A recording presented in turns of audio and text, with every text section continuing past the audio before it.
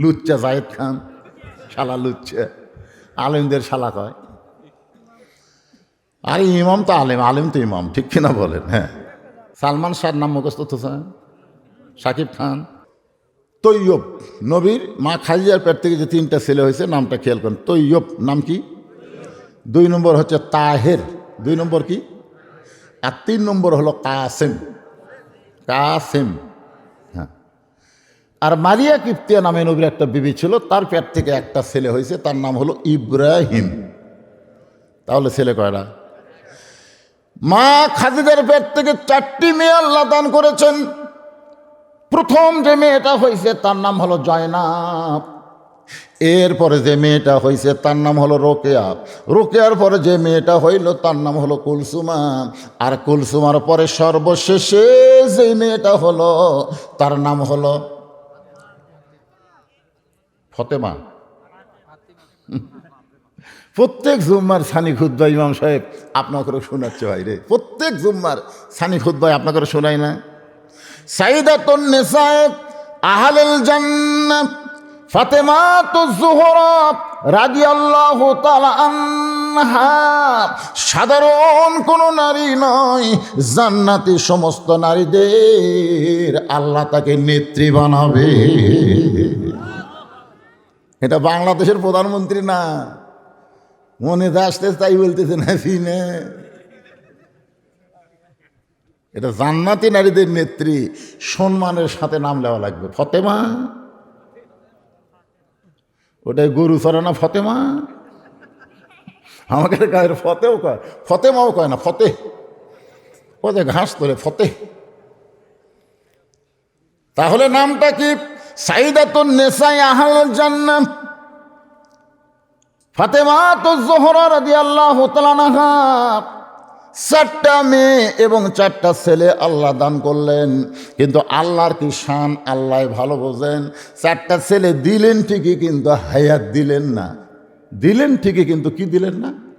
হায়াত দিলেন না। মানে হয়েও 2-3 মাস পর পরই দুনিয়া থেকে চলে গেছে। এ হায়াত না দেওয়ার পিছনে কারণ হলো 2টা। 1 নম্বর কারণ হলো প্রত্যেকটা বড় বড় নবীদের সন্তানকে আল্লাহ নবী বানাইছেন। তাহলে আমাদের নবীর চাইতে বড় কোনো নবী আছে? তাহলে তার সন্তানকেও তো নবী বানান দরকার, কিন্তু আল্লাহ তার নবী বানাবে না। আমাদের নবী হলেন কোন নবী? জোরে কন, দলিল কি? মৌলবীর কথা, হুজুরের কথা? দলিল হলো আল্লাহর কোরআন। মা কানা মুহাম্মাদুন আবা আহাদিম মির রিজালিকুম ওয়ালাকির রাসূলুল্লাহি ওয়া খাতামান নাবিয়্যিন। তাহলে আমাদের নবীর পরে যারা নবী দাবি করে, বিশেষ করে আমরা যেটাকে চিনি তার নাম হলো গোলাম আহমদ কাদিয়ানী। এখন যদি আমি বলি আমাদের নবীর পরে, আপনার বলবেন কোনো নবী নাই, আমাদের নবীর পরে কোনো নবী। কিন্তু যারা গোলাম আহমদ কাদিয়ানী নবীকে শেষ নবী বলে না, এখন আমাদের নবী হিসাবে, কোরআন হিসাবে তাদেরকে আমরা কি বলবো? মুসলমান না কাফের? আমি যেই বলবো কাদিয়ানী, আপনার বলবেন কাফের। এই কথা কিন্তু এই মুরলি থাকবে না, এটা একেবারে বিশ্ব হয়ে যাবে। আপনারা বিশ্বের মধ্যে নাম করবেন যে কাদিয়ানির কাফের কত রে। আমি যেই বলবো কাদিয়ানি, আপনারা বলবেন কাফের। যারা বলবেন না তারা আল্লাহর কোরআন বিশ্বাস করেন না। কাদিয়ানি, কাদিয়ানি। আমাদের নবীর পরে কোন নবী হলো ছেলে সন্তান যদি না থাকে তাহলে তার পরিচয় দুনিয়াতে থাকবে না। যেমন আমাকে আল্লাহ কোনো ছেলে দেয়নি, আল্লাহ আমারে 3টা মেয়ে দিয়েছে। অনেকেই মনে করে বদরুল রশিদ মরার সঙ্গে সঙ্গে শেষ শেষ, ছেলে নাই, কিসের পরিচয়? মেয়েগুলো দিয়ে হুজুর কে চিনবি রে? তা আমি সেরকম বাপের বেটার মতন কাম করছি। আমি প্রায় 200 শতক জায়গার উপরে মসজিদ, মাদ্রাসা, এতিমখানা নির্মাণ করেছি। যাই মরে গেলেও শেষ হবো না, এগুলা কিয়ামত পর্যন্ত থাকবে। জোরেকর কথা ঠিক কিনা? আল্লাহ কয় মৌলানা তোর বেটিক দিয়ে তোর পরিচয় লাগবে না, তুই তো আল্লাহর ঘর বানালি, মাদ্রাসা বানালি, সেখানে জমি অক্ষ করে দিলি, কিয়ামত পর্যন্ত চলবে। কেউ মনে না রাখলেও যারা মাদ্রাসা পড়বি তারা মনে রাখবে। জোরে কোন কথা, ঠিক কথা কন না কেন ভাই? নবীর চোখের মধ্যে পানি, আল্লাহ নবীর এত ভালোবাসেন, সেই পানি মুছানোর জন্য তা আল্লাহ তাআলা সূরা কাউসার নাজিল করে নবীকে সান্ত্বনা দিয়ে বললেন, ইন্না আতাইনাকাল কাউসার, আমি আল্লাহ তাআলা খুশি হইয়া আপনাকে কাউসার দান করে দিলাম। ইমাম গাজ্জালী রহমতুল্লাহ আলাইহি এই কাউসারের ব্যাখ্যা করতে গিয়ে বলেছেন, হাউজে কাউসার এক পেয়ালা পানি পান করে কেউ যদি জাহান্নামেও যায়, তার দেহের মধ্যে পানি থাকার কারণে আল্লাহ জাহান্নামকেও জান্নাত বানায়া দিবে। এখন বলেন, হাউজে কাউসারের পানির পাওয়ার আছে না নাই? আপনি খালি এক গিলাস খাইয়া জাহান্নামে যাবেন, ঢোকা মাত্রই জাহান্নাম জান্নাত। কি কথা! ইমাম গাজ্জালী বলেছেন, কেউ যদি, তিনি যদি শব্দ উল্লেখ করার কারণ হলো মুসলমানদের মধ্যে একটা সন্দেহ আছে, আপনাদের মধ্যে হয়তো আছে, যদি জান্নাত না পাই। আপনারা কারা কারা জান্নাত পাবেন না হাত তোলেন তো দেখি। এই এখানে একটা লোক হাত তোলা, কারণ হুজুর আমি জান্নাত পাবো না, দেখি হাত তোলেন তো। তাহলে হাত তোলার সাহস পান না, তাহলে যদি কোন কেন? এটা কি আর কি আল্লাহর সাথে? মুসলমানের জন্যই আল্লাহ জান্নাত তৈরি করছে, আর সেই মুসলমান কয় যদি না পায়। যে ইসলাম ধর্ম ছাড়া অন্য কোনো ধর্ম কেউ যদি গ্রহণ করে, আল্লাহ বলেছেন লা ইউকবালা মিনহু, সেইটা কখনো কবুল করা হবে না। এ কথার দ্বারা আল্লাহ বুঝাইলেন, পৃথিবীতে যতই ধর্ম থাক, ধর্ম আসলে কয়টা? আরো জোরে বলেন। আর বাদগুলা? এটা আয়াত দিয়ে কি বুঝতেছেন? লা ইউকবালা মিনহু মানে কবুলই করা হবে না। এই হিসাবে গোটা পৃথিবীতে আল্লাহর পছন্দনীয় একটা ধর্ম, তার নাম হলো ইসলাম। আল্লাহ কোরআনে বলেন, ইন্নাদ-দীনা ইনদাল্লাহিল ইসলাম। আল্লাহ আমাদেরকে সেই ইসলামের মধ্যে কবুল করেছে, খুশি না বেজার? এজন্য আমরা প্রশংসা কম করব না বেশি করব? আল্লাহর প্রশংসা করার 2 নম্বর কারণ হলো, মানে অসংখ্য কারণ, তার মধ্যে 2 নম্বর যেটা মেজর কারণ, সেটা হলো আল্লাহ আমাদেরকে দয়া করে রহম করে বিশ্বনবী, ধরে কোন নবী? বিশ্বনবীর উম্মত করে দুনিয়াতে কবুল করেছেন। যেই নবী ঘোষণা করেন, তোমরা যদি ঈমান নিয়ে যত পাপ তোমরা করো না কেন, তোমরা যদি ঈমান নিয়ে কবরে আসতে পারো, যত পাপ তোমরা দুনিয়াতে করো সমস্যা নাই, কিন্তু ঈমান নিয়ে যদি কবরে আসতে পারো, আমি রাসূল তোমাদেরকে সুপারিশ করে আল্লাহর জান্নাতে পৌঁছায় দিব। এজন্য একটা গান আছে, আছেন আমার মুক্তার, আছেন আমার বারিস্টার, সেই বিচারের হাইকোর্টেতে তিনি আমায় করবেন পার, আমি পাপী রাসূল জাবিন্দার। আল্লাহ যখন হাকিম হয়ে আমাদেরকে আসামি করে বিচার শুরু করবেন, আপনারা বলেন তো আল্লাহর সামনে আমাদেরকে আসামি হওয়া লাগবে কি লাগবে না? এই ছোট বাচ্চা কটা কার কার আপনাকে দায়িত্ব আছে না? কার দায়িত্ব? এরা কার দায়িত্ব হয়েছে?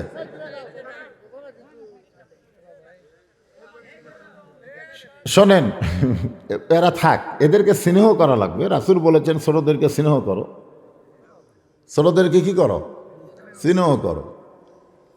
আসরের ফরজ নামাজ কয় রাকাত? 4 রাকাত। প্রথম রাকাতের প্রথম সেজদায় রাসূল 3 বার সুবহান রাব্বিয়াল আলা বলে সেজদা থেকে মাথা তুললেন, কিন্তু প্রথম রাকাতের দ্বিতীয় সেজদায় গিয়ে রাসূল আর সেজদা তোলেন না। 100 বার সুবহান রাব্বিয়াল আলা বলা হয়েছে, কিন্তু সেজদা ওঠে না। ওমর ফারুক চিন্তা করলেন, কে রাসূল কি সেজদার যা ঘুমে গেল নাকি? ওমর ফারুক পরে বলতেছেন, আমি একটু মাথা তুলে দেখবার চাইছিলাম, কিন্তু আমার ইমান বললে ইক্তেদাই তু বিহাদাল ইমাম, ইমামকে যদি অনুসরণ করো, ইমাম যতক্ষণ থাকবে তোমাকেও থাকা লাগবে, মাথা তোলা যাবে না। আল্লাহর নবী বললেন, ওমর তারপরের খবর কি? ওমর বলতেছে, হুজুর আপনি দ্বিতীয় রাকাত ঠিকই বললেন, তৃতীয় রাকাত ঠিকই বললেন, চতুর্থ রাকাত ঠিকই বললেন, কিন্তু প্রথম রাকাতের দ্বিতীয় সেজদায় আপনি এত লম্বা সেজদা দিলেন। আল্লাহ নবী বললেন, তোমরা জানো না, আমি যখন দ্বিতীয় সেজদাত গেছি তোমরাও তো গেছো। ঠিক ওই ফাঁকে আমার দুইটা নাতি হাসান আর হোসাইন আমার পিঠের উপর চড়ে বসলো। কার ওপর? পিঠের উপর চড়ে বসলো। আমি এক সময় মনে করলাম যে নামাজের ভিতরেই ওদেরকে হাত দিয়ে টেনে নামায়। এই নিয়তে যখন আমি হাসান হোসানকে পিঠ থেকে নামাবার চাই, এমন সময় নামাজের মালিক আল্লাহ বললেন, হাবিব আপনি যেমন হাসান হোসানকে ভালোবাসেন আমি আল্লাহ তেমন ভালোবাসি। আপনার পিঠে যতক্ষণ থাকবে আপনি সেজদা থেকে মাথা তুলবেন না। এখান থেকে বোঝা গেল এই ছোট বাচ্চাদেরকে আল্লাহও ভালোবাসে। জোরে কোন কথা ঠিক কিনা? তাহলে আমাদের ভালোবাসা লাগবে না? ওদেরকে ভালোবেসে আপনার কাছে যখন বসেছে আপনি একটু বুঝাবেন, তোমরা আবার সামনে কি করলা রে বা, তোমরা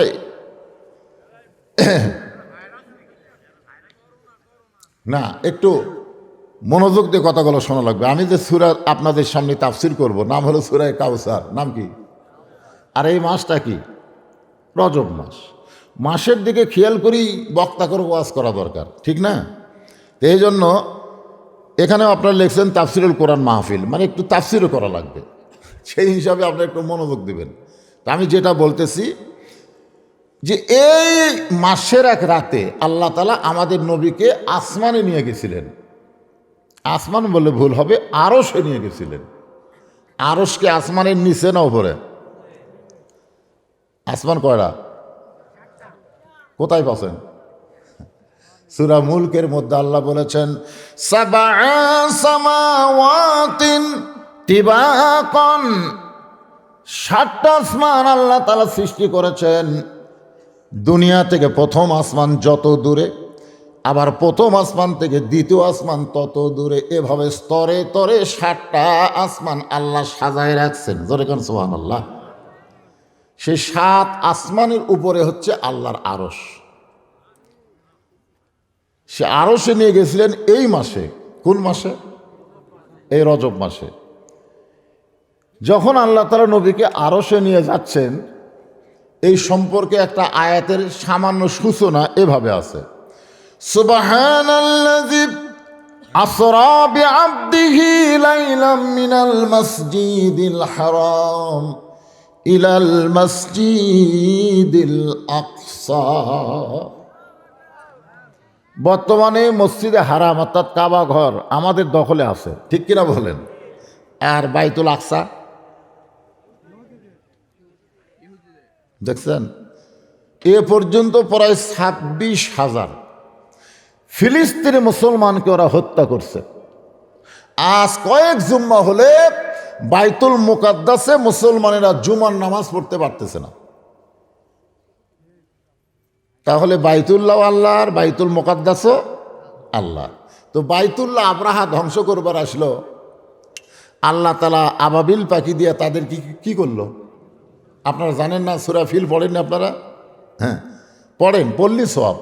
আলাম তারা কাইফা ফাআলা রাব্বুকা বিআসহাবিল ফিল আলাম ইয়াজআল কাইদাহুম ফি তাদলিল ওয়া আরসালা আলাইহিম তায়রান আবাবিল তারমিহিম বিহিজারাতিন মিন সিজিলিন ফাজআলাহুম কাআসফিন মাকুল।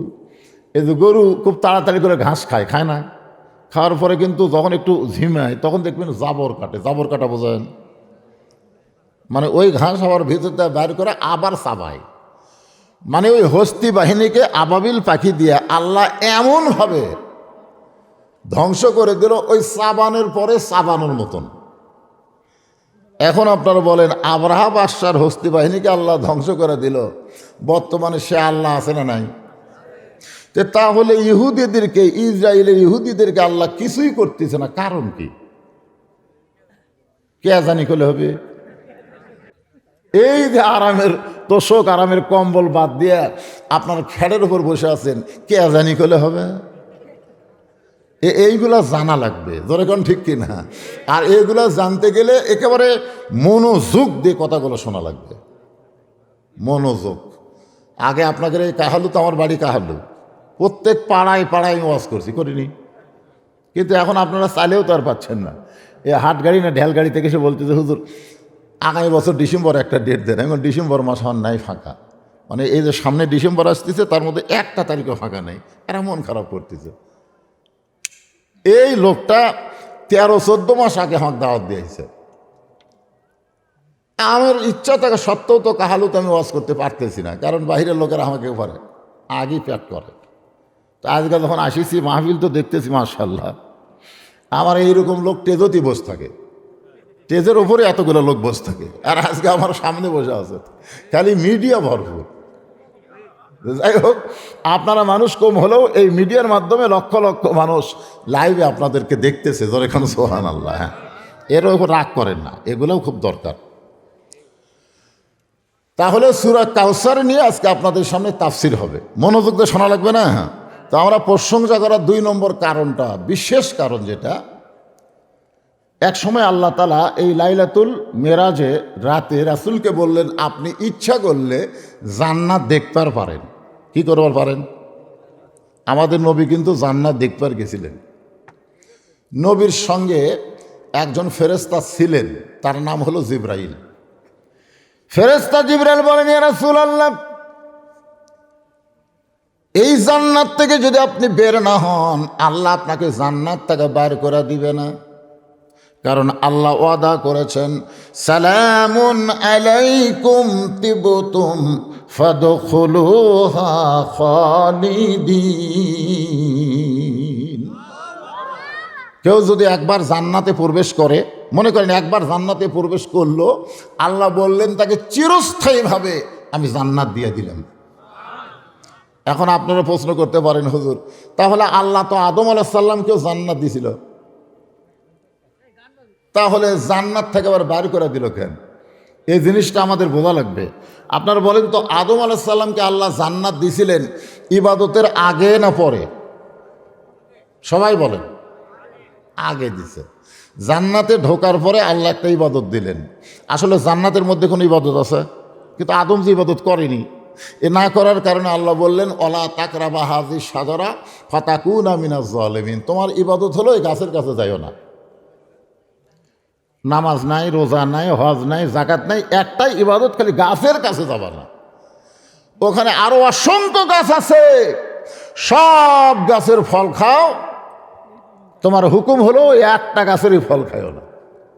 আদম আলাইহিস সালাম বললেন, আল্লাহ তোমার কাছে ওয়াদা করতেছি আমি ওই গাছের কাছে যাব না। কিন্তু আদমের দেহের হাড় দিয়ে যা তৈরি করা হচ্ছে, ওই হাওয়ার কথা কয় না, হাওয়া। তা আদম বলে, হাওয়া আমি বলতেছি যাব না, তুমি কথা কও না কেন? হাওয়া বলতেছে, আপনিও যা আমিও তাই। এর মধ্যে মারেফতের পেঁচ আছে না নাই? মেয়ে মানুষ কিন্তু এরকমই, কারণ নিষেধ করা মাত্রই তার আগ্রহ বেড়ে যায়।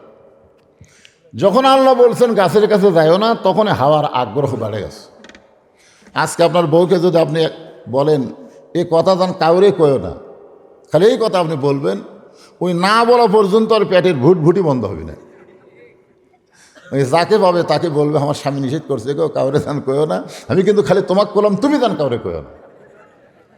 1 ঘন্টার মধ্যেই গোটা মুরুল হয়ে যাবে, যখন কথা ঠিক কিনা। আর যদি আপনি আপনার বউকে বলেন, এ কথা একটু মুখ বলো তো, তখন বলবে, আমার কাম নাই, তোমার কথা তুমি কও, আমি কব না। কবার বললেই বলবে না, না বলবার বললেই বলবে। এটা হলো নারীদের চরিত্র, যখন কথা ঠিক কিনা। আয় শাউলের সাথে বেটার বইয়ের গন্ডগোল হয় না, এরকম মাঝে মধ্যে হয় না? তো বেটার উপরে গাল দেয়, শাউল অন্য বাড়ির পান খাবার গেছে। ইতিমধ্যে এক ফকুরনি আইছে, ফকুরনি, মা 4টা ভিক্ষা দাও। বেটার বউ কয় 4টা না 4 সের দেবো। ফকুরনি কয়, কে আমার 4 সের কেন? কয় শাউল গালায় অন্য বাড়িতে গেছে, এই সুযোগে তোমার 4 সের চাল দিলাম, তুমি তার কাউরে কয়ো না। ফকুরনি বলে, সারাদিন ভিক্ষা করে 2 সেরই পাই না, আর তুমি আমার 4 সের দিছে, আমি কাউরে কমো না, আল্লাহর শপথ কাউরে কমো না। রাস্তার মধ্যে ফকুনি বিড় করতেছে, কাউরে কমো না, কাউরে কমো না। তো এক লোক বলে, ফকুনির রুটি কী করবেন না? বলে, বেটার বউ আমার 4 চাল দিয়ে কয়, কাউরে দান করে না, আমার কি ঠেকা পড়ছে, কাউরে কমো না। ওই যারে বয় তারে কয়। তাহলে কি বুঝলেন যে এক ঝোলা, এক ফকুনি যে ভিক্ষা করার নাম কি? এক ঝোলা চাউল যে ফকুনি হেফাজত করা পারল না, তাকে যদি দেশ হেফাজত করার দায়িত্ব দেন, পারবি? আল্লাহর নবীর সঙ্গে একজন ফেরেশতা ছিল, তার নাম হলো জিবরাইল। ফেরেশতা জিবরাইল বললেন, নবী গো, আপনি যদি জান্নাত থেকে বের না হন, আল্লাহ আপনাকে জান্নাত থেকে বার করে দিবে না। সঙ্গে সঙ্গে নবী খুশি না হয়ে রাগ করলেন। জিবরাইল, যেই কথা একবার বলেছ, এই কথার দ্বিতীয়বার বলতে পারবা না, কারণ আমি জান্নাত থাকার জন্য আসি নাই। আল্লাহ যদি বলতো, নবীকে আপনি জান্নাতে থাকেন, আমি জান্নাতের মধ্যে ঢুকতামই না। আমি শুধু দেখার জন্য আইছি আমার উম্মতের জন্য আল্লাহ কেমন জান্নাত বানাইছে। আমার জন্য না, আমার উম্মতের জন্য আল্লাহ কেমন জান্নাত বানাইছে, এটা শুধু দেখার জন্য আইছি। ফেরেশতা জিবরাইল বলে, হুজুর, তাহলে আপনি কি জান্নাতে থাকবেন না? আল্লাহ রাসূল বললেন, আমি সেই দিন জান্নাতে থাকার জন্য ঢুকবো যেদিন আমার সমস্ত উম্মতেরা জান্নাতি হবে। চিন্তা করে দেখছেন? কি চিন্তা করলেন? যে নবী জান্নাতে গিয়েও হামাকের কথা বলে না, আর আমরা এমন এক নেতার পাশে ঘুরি যে নেতা সংসদে গেলে আর হামাকের কথা কই না। জোরে কোন কথা ঠিক কিনা? এইবার তাকে এমপি বানাচ্ছেন, আপনাকে মুরুল আচ্ছা জীবনে আসবি বলে আমার মনে হয় না। নেতা, নেতা রে, এই যে দরুদ পড়লেন, আল্লাহুম্মা সাল্লি আলা সাইয়্যিদিনা, সাইয়্যিদিনা বলো আমাদের নেতা। আমাদের নেতা জান্নাতে গিয়েও আমাদেরকে ভোলে না, আমরা সেই নেতার চামচাগিরি করব। জোরে বলেন কথা ঠিক কি না? একটা স্লোগান দেওয়া লাগবে। আমি যেই বলবো আমার নেতা তোমার নেতা, আপনারা বলবেন বিশ্ব নবী মোস্তফা, বলতে পারবেন না? হয়ে যান, আমার নেতা তোমার নেতা। একটা মেম্বর মার্কা স্লোগান হলো। ওই যারা তেল তেলা গোয়েন্দা আর ওয়াজ শুনবার আসেনি, ওরা মনে মনে চিন্তা করি বদরুহিত একলা একলাই ফেসাল পারতেছে। আর আপনার যদি একটু জোরে জোরে স্লোগান দেন, তারা কই, না রে, আমরা শালা মুনাফিক রে, আমরা ল্যাপের মহব্বত সালবার পারিনি, কিন্তু মুসলমানেরা গেছে রে, সোনার লাগান না কার, মুনাফিকেরা আসতে পারবে না। আর যারা মুসলমান যত বড়ই পাপী হোক, আজকের কোরআনের মাহফিলে তারা বাড়িতে থাকতে পারবে না। তো মুসলমান জবান খোলা একটা আসল নেতার স্লোগান দেবেন। এটা মেম্বার চেয়ারম্যান মার্কা নেতা না, এটা হলো বিশ্ব নেতা। জোরে কোন কথা ঠিক কি না? আমার নেতা তোমার নেতা। মাশাআল্লাহ, এমন একজন নবীর উম্মত হিসেবে আল্লাহ আমাদের কবুল করেছেন। এই কারণে আমরা আল্লাহর প্রশংসা কম করব না বেশি করব? তৃতীয়ত, আল্লাহর প্রশংসা করার মেজর কারণ হলো, যেই কোরআন থেকে আমরা তাফসীর শুনব, আপনার বলেন তো এই কোরআনের মধ্যে কোনো ভেজাল আছে? এই কোরআনের মধ্যে কোনো সন্দেহ আছে? এই কোরআনের মধ্যে কোনো ধোঁকা আছে? এ না না না, 3 বার যারা বললেন, আর যারা বললেন না, কি কন, কয়বার করলেন? কোরআনে কোনো সন্দেহ, কোরআনে কোনো ধোঁকা, কোরআনে কোনো গোজামিল। মাশাআল্লাহ। ফেরেশতা বলল, আল্লাহ যারা 3 বার নাই নাই কইল, তাদের রেজাল্ট কি? আল্লাহ বলে, বিশ্বাস করো, কোরআনকে সাক্ষী রেখে আমি আল্লাহ বলতেছি, এদের জীবন থেকে আমি জাহান্নামকেও নাই করে দিলাম। আল্লাহ পারবে কি পারবে না? আল্লাহ যদি আমাকে জান্নাত দিয়ে দেয়, হরতাল করে কেউ আটকাতে পারবে? তো এই জন্যে এমন একটা কোরআন আল্লাহ আমাদেরকে দিলেন ভাই। অনেকে মনে করতেছে, হুজুর 1500 বছর আগে আল্লাহ কোরআন নাজিল করছে, তখন বলেছে জালিকাল কিতাবুল লা রাইবা ফি, এই কিতাবের মধ্যে কোনো সন্দেহ নাই। কিন্তু এত বছর হয়ে গেল, এখনো সন্দেহ ঢোকেনি। কারণ কোনো মৌলবি যদি কিছু কম বেশি করে, আল্লাহ কোরআনে বললেন, নাহনু নাযালনা যিকরা ওয়া ইন্না লাহু লাহাফিজুন, যেমন কোরআন নাজিল করেছি কিয়ামত পর্যন্ত কোরআন তেমনি থাকবে। কারণ কোরআন হেফাজতের দায়িত্ব কোনো মৌলানাকে দেওয়া হয় নাই, কোরআন হেফাজতের দায়িত্ব কোনো বাদশা রাজাকে দেওয়া হয় নাই, কোরআন হেফাজতের দায়িত্ব স্বয়ং আল্লাহ নিজের হাতে রেখেছে। সেই কোরআনের ছোট্ট একটা সূরা, এই সূরা কাউসার মুখস্থ করার জন্য কোনো মাদ্রাসায় ভর্তি হওয়া লাগে না। 2-4 দিন মসজিদে নামাজ পড়লেই দেখবেন সূরা কাউসার এমনি এমনি অটোমেটিক মুখস্থ হয়ে যায়। যায় কি যায় না? কয় আয়াত? মাত্র 3 আয়াত। দেখছেন? পড়েন, একবার পড়েন। ইন্না আতাইনাকাল কাউসার ফাসাল্লি লিরাব্বিকা ওয়ানহার ইন্না শানিআকা হুয়াল আবতার। এই সূরা কাউসারের শানে নুজুল হলো যে প্রেক্ষাপটে আল্লাহ তাআলা এই সূরা কাউসার নাজিল করলেন। এটা হলো মক্কি সূরা। যেরকম কি সূরা? মক্কি, মক্কায় নাজিল হয়েছে। এটা নাজিল হওয়ার শানে নুজুল, অর্থাৎ কারণ হলো আল্লাহ তাআলা রাসূলকে 8টা সন্তান দিছিলেন। কয়টা? মাশাআল্লাহ। তার মধ্যে 4টা হলো ছেলে আর 4টা হলো মেয়ে। এখানে এক বিবির পেট থেকেই 7টা সন্তান হয়েছিল। যে বিবির পেট থেকে আল্লাহ রাসূলকে 7টা সন্তান দিলেন সে বিবির নাম হলো খাদিজা। জোরা বলেন নাম কি? যখন নবীর বয়স ছিল 25, তখন মা খাদিজার বয়স কত? 40। তাহলে 25 বছরের যুবক 40 বছরের একজন নারীকে বিয়ে করলেন। তাহলে কয়টা সন্তান আল্লাহ রাসূলকে দিয়েছেন? 8টা। তার মধ্যে 4টা হলো ছেলে আর 4টা হলো মেয়ে। একই বিবির পেট থেকে দিয়েছেন 7টা, একই বইয়ের পেট থেকে কয়টা? আর নবী যে বিয়ে করছেন দেখেন 25 বছরের যুবক 40 বছরের মেয়েকে বিয়ে করলেন, তারই পেট থেকে আল্লাহ 7টা দিয়েছেন। 3টা হলো ছেলে। 3টা ছেলের নাম আগে মুখস্থ করেন। নবীর ছেলের নাম মুখস্থ করলে 8টা সন্তানের নাম যে সবসময় মুখস্থ করতে পারবে, বলতে পারবে, আল্লাহ পাক তাকে 8টা জান্নাত দিয়ে দিবে। বাপের সম্পত্তি বেটা যদি হয়, গ্রামের মধ্যে বলে বেড়ায় যে যদি আমি বাপের সম্পত্তি না পাই, যদি না পাই, তাহলে গ্রামের লোকজন বলবে তোর জন্মে সন্দেহ আছে, তোর জন্মের মধ্যে কি আছে? সন্দেহ আছে। বাবার সম্পত্তি সন্তান যেমন ওয়ারিশ মোতাবেক পায়, লা ইলাহা ইল্লাল্লাহ মুহাম্মদ রাসূলুল্লাহ এ কলমা যারা স্বীকার করেছেন তারা জান্নাতের মালিক হয়ে যায়। ফাদখুলি ফি, সবাই বলেন ফাদখুলি ফি ইবাদি ওয়াদখুলি জান্নাতি।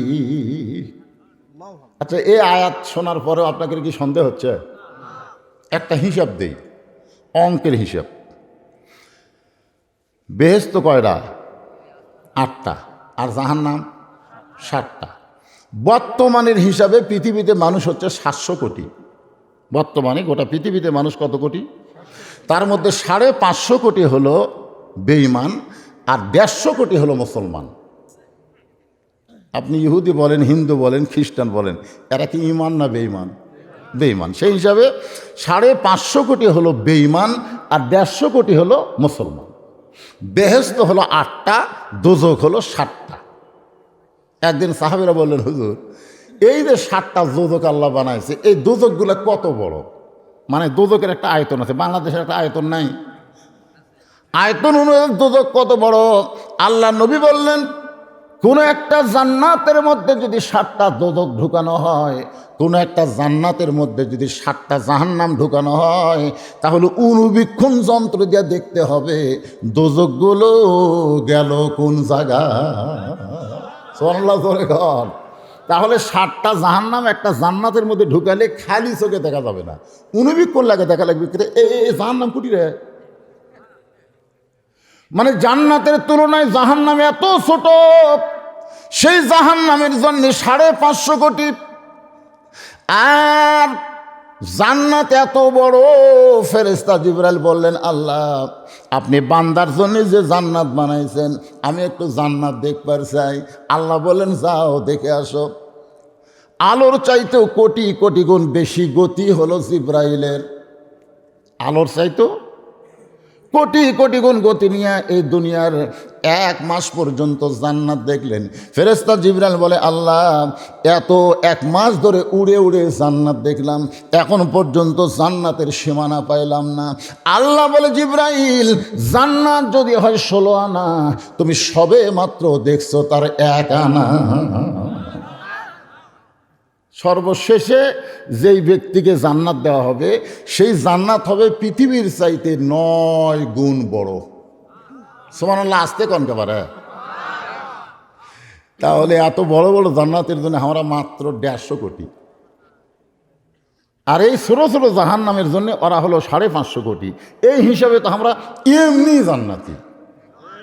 সুবহানাল্লাহ।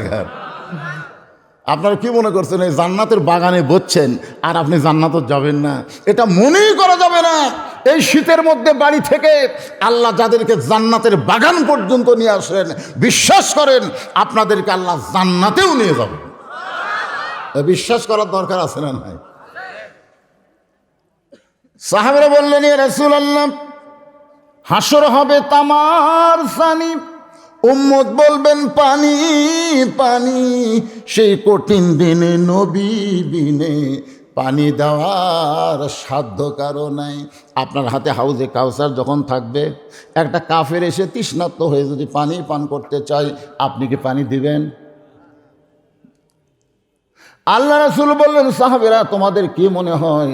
সাহাবীরা বলতে, যে হুজুর আল্লাহ বলেছেন, ওমা আরসালনাকা ইল্লা রাহমাতাল লিল আলামিন। আপনি হলেন গোটা বিশ্ব জগতের জন্য দয়া। তাইফের ময়দানে আপনাকে পাথর মারলো, আপনার দেহ দিয়ে রক্ত ঝরলো।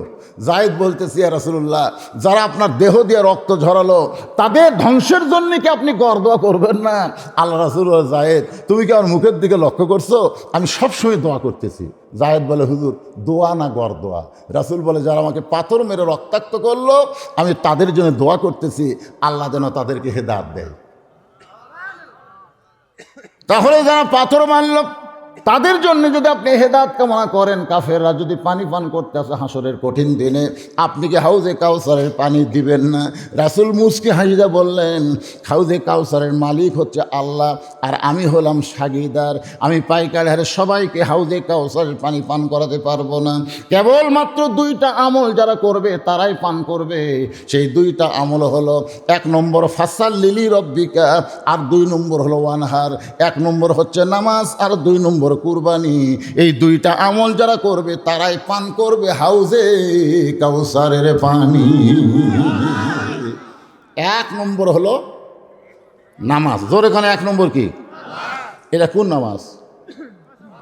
না জুম্মা?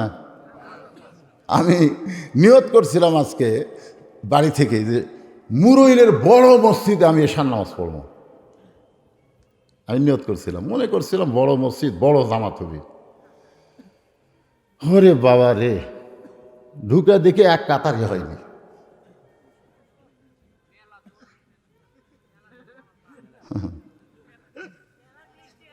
আচ্ছা, দোতলা কি জন্য বানাচ্ছেন?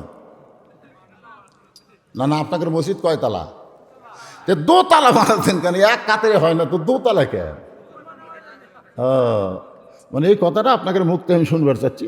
জুম্মার নামাজ, হাসরের ময়দানে আল্লাহ তাআলা সমস্ত জুম্মাওয়ালাকে, যারা জুম্মা নামাজ পড়ে, 5 ওয়াক্ত পড়ে না, আল্লাহ রহমানুর রহিম নামের ওসিলায় তাদেরকে জান্নাত দিবে। আল্লাহ বলবেন, যারা 5 ওয়াক্ত পড়নি, আমি আল্লাহ তাদেরকে জান্নাত দিলাম, তোমরা যাও। এ বলার সাথে সাথে জুম্মা পাটি মারবে দৌড়। ওরা জান্নাতের কাছে গিয়ে দেখবে দরজার বিশাল একটা তালা। ওরা বলবে, আল্লাহ আপনি আমাকে জান্নাত দিলেন, তো তালা কেন? আল্লাহ বলে, দেখো খুঁজে, চাবি তোমাদের কাছে আসে। ওরা খুঁজে খুঁজে দেখবে একটা চাবি আছে। ওরা খুশি হয়ে তালার মধ্যে ঢুকাবে, কিন্তু ঘুরবি না। চাবি ঢুকছে ঠিকই, ঘোরে না। তো বলে, আল্লাহ ঢুকলো ঠিকই, ঘোরে না। আল্লাহ বলতেছে, তালার মধ্যে 5টা দাগ আছে, তোরকে চাবির মধ্যেও 5টা দাগ থাকা লাগবে। চাবিটা দেখ তো কয় দাগ। তখন ওরা কবে, আল্লাহ আমাকে চাবি তো খালি তেল ফেলা, দাগ তো নাই। বলে, কিসের দাগ? বলে, ফজর, জোহর, আসর, মাগরিব, এশা, এই 5টা দাগ যদি না থাকে তাহলে তালার মধ্যে ঢুকবি ঠিকই, ঘুরবি না। তোরা জান্নাত দেখবার পারলু, কিন্তু ঢুকবার পারলি না। যারা 5 ওয়াক্ত বাদ দিয়ে খালি জুম্মা মারতেছে এরা জান্নাত দেখবার পারবি কিন্তু ঢুকবার পারবি না। আপনারা কি জান্নাতে ঢুকবার চান না দেখবার চান? যদি জান্নাতে ঢুকতে চান তাহলে আর হাউজে কাউসারের পানি যদি পান করতে চান তাহলে 1 নম্বর হলো নামাজ। 1 নম্বর হলো কি? নামাজ। যে নামাজ সম্পর্কে রাসূল বলেছেন লা সালাতা লা দীনা, যার নামাজ নাই তার কোনো ধর্ম নাই।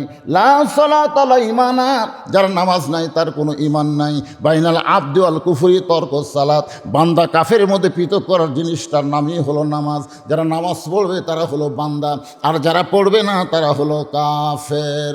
মান তারাকাস সালাতু মুতাম্মিদান ফাকাদ কাফারা, ইচ্ছা করে একটা ওয়াক্ত নামাজ যারা বাদ দিবে তারা আল্লাহর সঙ্গে কুফরি করবে। এই মুহূর্তে যদি আমি আপনাদের বলি, আপনারা বলবেন নামাজি, সবাই বলবেন মুসলমান। নামাজি নামাজি। এখন নামাজি যদি মুসলমান হয় তাহলে বেনামাজি। আপনারা কি শূন্যস্থান পুরা করা বোঝেন না? আমি যেই বললাম নামাজি, আপনার শূন্যস্থান পুরা করলেন মুসলমান। তার মানে বোঝা গেল আপনারা 100-র মধ্যে 100 পেলেন। এবার 100-র মধ্যে 100 পাবার গেলে আমি যাই বলবো বেনামাজি, আপনারা বলেন শূন্যস্থানের মধ্যে দেবেন কাফের। বেনামাজি বেনামাজি। এখন কারা কারা মাগরিব এসব পড়েননি? না না না, কারা কারা মাগরিব এসব পড়েননি? আপনার মনে মনে চিন্তা করেন, আপনারা কিন্তু আর মুসলমান নাই,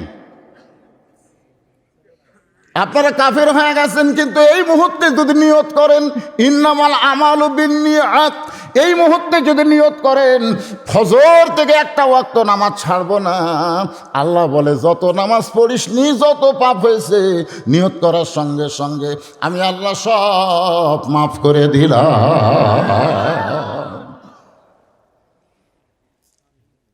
এখানে কিন্তু 5 ওয়াক্ত নামাজের কথা হবে। যেরকম কয় ওয়াক্ত? 24 ঘন্টার মধ্যে কয়বার? এই সবাই একটু মনোযোগ দিয়ে শোনেন বাজান। 24 ঘন্টার মধ্যে কয়বার? আচ্ছা, আল্লাহ যদি এই শীতের দিনে আমাকে বলতো যে সূর্য ওঠার 1.5 ঘন্টা পরে ফজরের নামাজ হবে, তাহলে আমাকে কেমন লাগতো? ভালোই লাগতে পারে।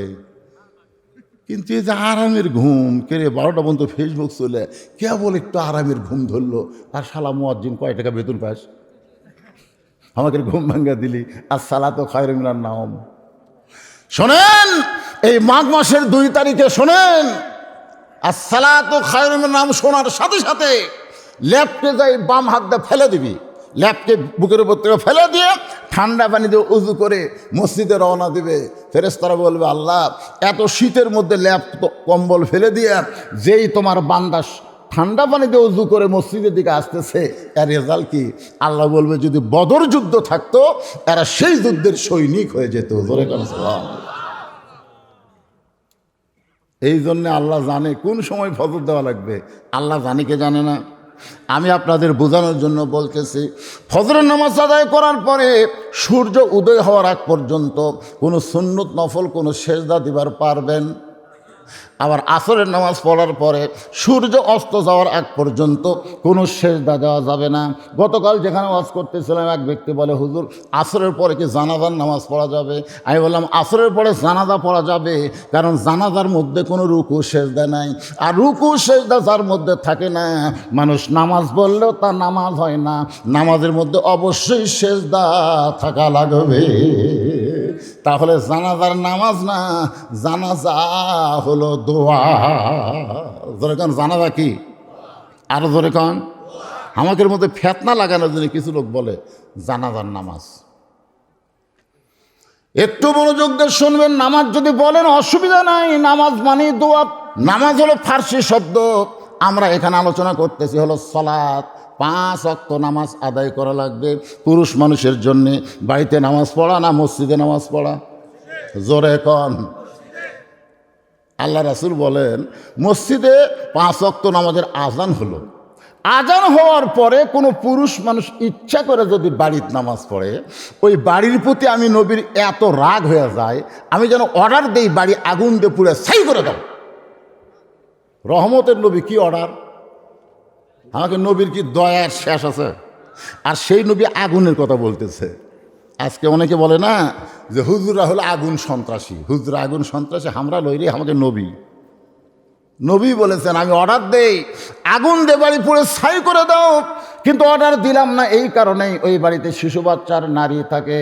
এই কথার দ্বারা বোঝা গেল পুরুষ মানুষের নামাজ বাড়িতে শূন্যস্থান পুরা করালেই ভাইজান। পুরুষ মানুষের নামাজ কোন নামাজ? কোন নামাজ? 5 ওয়াক্ত ফরজ নামাজ। আপনি সুন্নত পড়তে পারবেন, নফল পড়তে পারবেন, অসুবিধা নাই, কিন্তু 5 ওয়াক্ত 70 রাকাত নামাজ আপনার বাড়িতে পড়া যাবে না। এই 5 ওয়াক্ত নামাজ আপনাকে জামাত আদায় করা লাগবে। যখন ফজরের নামাজ আদায় করলেন বাজান গো, রাসূল ডাকতে বলে আল্লাহ এত কষ্ট করার পরে আমার উম্মতেরা ফজরের নামাজ আদায় করলো, এ আদায় করার পরে আপনি তাদের কি পুরস্কার দিবেন? আল্লাহ বলে হাবিব আপনার আদি পিতা আদম আলাইহিস সালাম 350 বছর কানতে কানতে কানতে কানতে তওবা কবুল হওয়ার পরে শুকরিয়া তান 2 রাকাত নামাজ পড়েছিল। ওই নামাজটা আমার কাছে এতই ভালো লাগলো, আমি আপনার উম্মতের জন্য ফজরের ফরজ হিসেবে দিয়ে দিলাম। আপনার উম্মতেরা ফজরের ফরজ 2 রাকাত নামাজ জামাতের সঙ্গে আদায় করবে, আদম নবীর সম পরিমাণ সওয়াব আমি আল্লাহ দিয়ে দিব। আজ থেকে কি ফজর পড়বেন? আমার মায়েরা চিন্তা করতে তো হুজুর যে নামাজের ওয়াজ ধরলো আমাদের কি কোনো ওয়াজ করবে না? পুরুষ মানুষের জন্য 1 নম্বর হাউজে কাউসারের পানি পান করার জন্য হলো নামাজ, আর নারীদের জন্য কিন্তু নামাজ না, নারীদের জন্য হলো পর্দা। জোরে বলেন নাম কি? আপনারা বলেন তো পর্দা ছাড়া কোনো নামাজ হবে? নামাজ হবে? এই জন্য আমার মা বোনেরা যারা পর্দার অন্তরে বসে আছেন, মা আপনাদের জন্য সামান্য ওয়াজ করার পরে আমি আবার জোহরের নামাজে চলে আসব, এরপরে আসর মাগরিব এশা, এই 5 ওয়াক্ত নামাজ ফাসাল্লি রব্বিকা। আর 2 নম্বর হলো ওয়ানহার। ওয়ানহার মানে কি? কুরবানি। এই কুরবানি মানে গরু খাসি কুরবানি না, এই কুরবানি মানে বাতিলের বিরুদ্ধে হকের পক্ষে দরকার হলে আমার জীবনকে কুরবানি দেওয়া লাগবে। 2 জন ছেলে আইছে নবীর কাছে। কয়জন? একজনের নাম হলো মুয়াজ, একজনের নাম হলো মুআব্বাস। নবীকে বলতেছে রাসূলুল্লাহ আমরা 2 ভাই আল্লাহ রাস্তায় কুরবানি হবার চাই। হুজুর আল্লাহ নাকি কোরআনে আয়াত নাজিল করেছেন, ইয়া আইয়ুহান নাবিয়্যু হারজিল মুমিনিনা আলাল কিতাল। ওগো নবী মুমিন মুসলমানকে সৈন্য হিসাবে গড়ে তোলেন, কারণ যে কোনো সময় মক্কার কাফেররা মদিনা আক্রমণ করতে পারে, আর মদিনা যদি আক্রমণ করে দোয়া দরুদ দিয়ে কিন্তু মদিনা রক্ষা করা যাবে না। ওই কাফের বেঈমানদের বিরুদ্ধে নিজের জীবনকে কুরবানি করতে হবে। এই জন্য একটু খেয়াল করে শুনবেন, রাসূল বলতেছেন তোমরা কুরবানি হবার চাইলেও তো হবে না, কারণ তোমাদের বয়স হয়নি।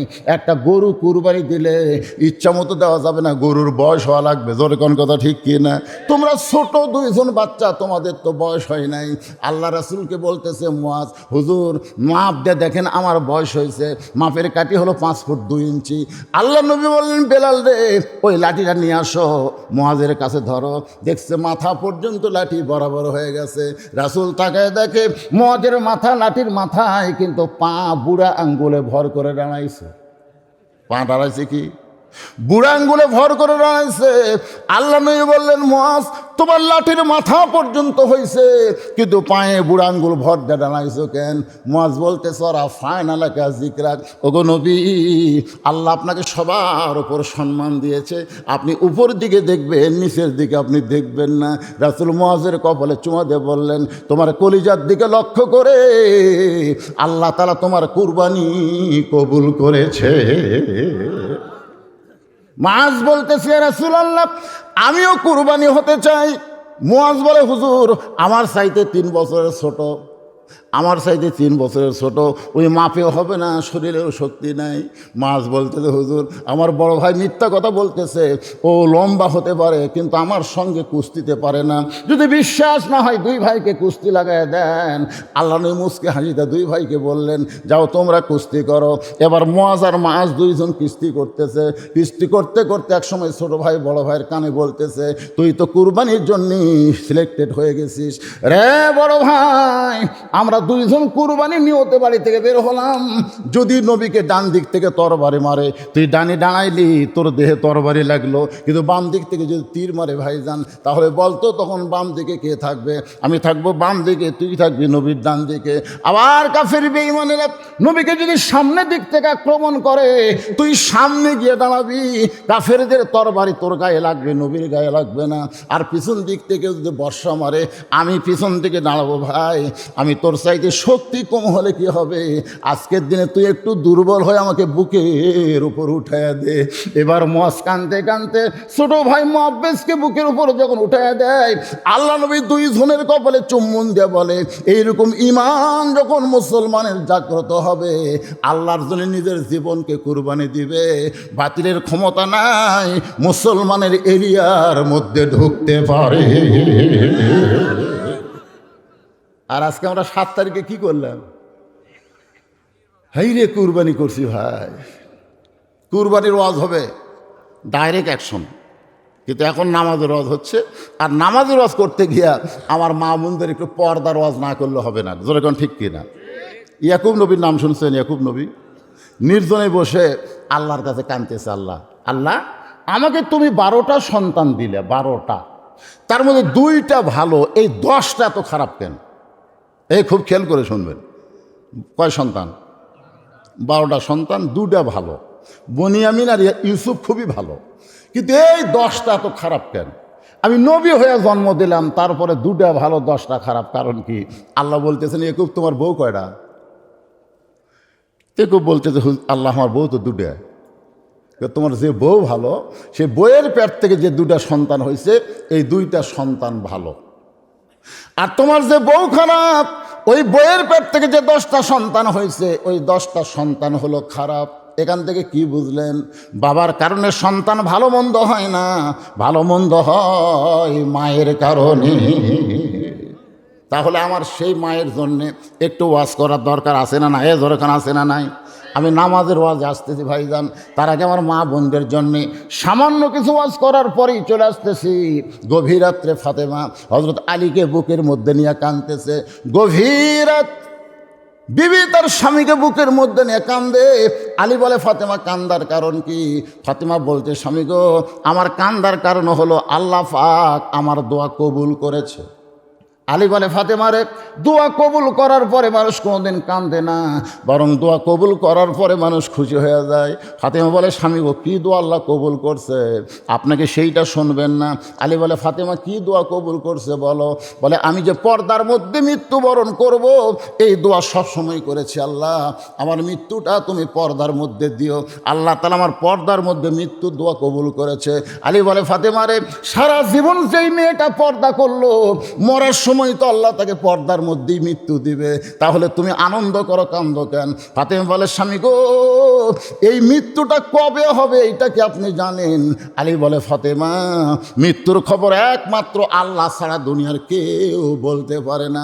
ফাতেমা বলে, স্বামী গো, আল্লাহ পাক আমারে জানাইছে আজকে গভীর রাত্রে ফাতেমার মৃত্যু হবে। যেই কইছে গভীর রাত্রে ফাতেমার মৃত্যু হবে, গাছের গোড়া কাটলে গাছটা যেমন ঠাস করে পড়ে যায়, হযরত আলী তেমনি পড়ে গেলেন ঘরের মাজায়। মা ফাতেমা মুস্কি মুস্কি হাসতেছে। যিনি গভীর রাত্রে মৃত্যুবরণ করবেন, তিনি হাসতে হাসতে এসে স্বামীর মাথাটা উরাতের উপরে নিয়ে কপালে একটা চুমা দিয়ে বলে, স্বামী গো, আপনি হলেন আসাদুল্লাহিল গালিব, আপনি হলেন আনা মাদিনাতুল ইলমি ওয়া আলী বাবুহা। এই দুনিয়ার সবচাইতে বড় আলেম হচ্ছে হযরত আলী, আর সবচাইতে বড় বীরকে, জোরে কোন, সবচাইতে বড় বীর শক্তিশালী হচ্ছে হযরত আলী, আবার সবচাইতে বড় আলেম হচ্ছেন হযরত আলী। তাহলে জ্ঞানের দিক দিয়ে আপনি 1 নম্বর, আর বীরের দিক দিয়ে আপনি 1 নম্বর। তাহলে বইয়ের মৃত্যুর খবর শুনে এভাবে আপনি পড়ে গেলেন কেন? আপনি কি জানেন না এ দুনিয়া থাকার জায়গা না? এই দুনিয়াতে আসলে যাইতে হবে। আমি যখনই বলবো আসলে, আপনার সকলে বলবেন যাইতে, সবাই বলবেন। আচ্ছা, কে থাকবেন? ছেলে যারা যুবক কচি কাঁচা, তোমরা কি মনে করতেছ? যাওয়া লাগবে না থাকবে? খেলাফ হয়ে যাবে। এই জন্য রাতের বেলায় আমাকে দাফন করা লাগবে। আমার 2 নম্বর চাওয়া হলো আমার কোনো জানাজার ব্যবস্থা করবেন না, আমার কোনো জানাজার ব্যবস্থা করবেন না। আমার 3 নম্বর চাওয়া হলো আমার লাশটা কিন্তু খাটনিতে তুলবেন না। আমি ফাতেমার দেহের ওজন কত এটা দুনিয়ার কোনো পুরুষ মানুষ যেন বুঝবার না পারে। আমার বাবা যদি দুনিয়াতে থাকতো, মরা মেয়ের লাশের খাটনি বাবা কান্দে নিবার পারত।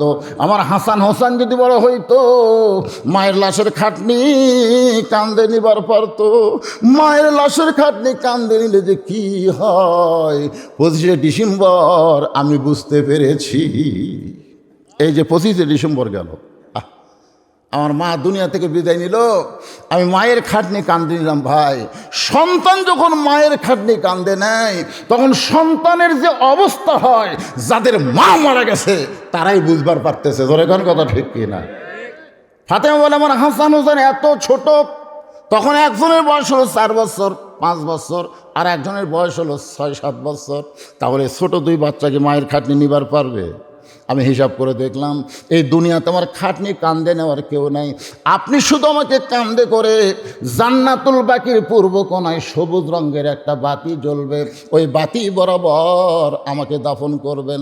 আমার কবর খুঁড়তে যদি আপনার কষ্ট হয়, তাহলে আপনার একান্ত বন্ধু কেউ যদি থাকে দুনিয়ায়, তাই বলবেন সে যেন ফাতেমার কবরটা গোপনে খনন করে দেয়। গভীর রাত্রে হযরত আলী আবু যর গিফারির জানলার কাছে বিষাক্ত সাপের মতন ফসফস করে কাঁদতেছে। আবু যর গিফারি চমকে গেল, এই গভীর রাতে এমন করে আমার জানলায় কে কান্দে রে? দরজা খুলে বাইরে আইসা দেখে আসাদুল্লাহিল গালিব হযরত আলী কাঁদতেছে। আবু যর গিফারি বলে, আলী ভাই, জীবনে কত যুদ্ধ করলাম তোমার সঙ্গে, কোনো যুদ্ধে তোমাকে পরাজিত হয়ে কাঁদতে দেখি নাই। আজকে তোমার জীবনে এমন কি যুদ্ধ শুরু হলো যেই যুদ্ধে তুমি পরাজিত সৈনিকের মতন কাঁদতেছ? আলী বলতেছে, আবু যর, 6 মাস আগে আমার কলিজার টুকরা হাসান হোসেন নানা হারাইছে।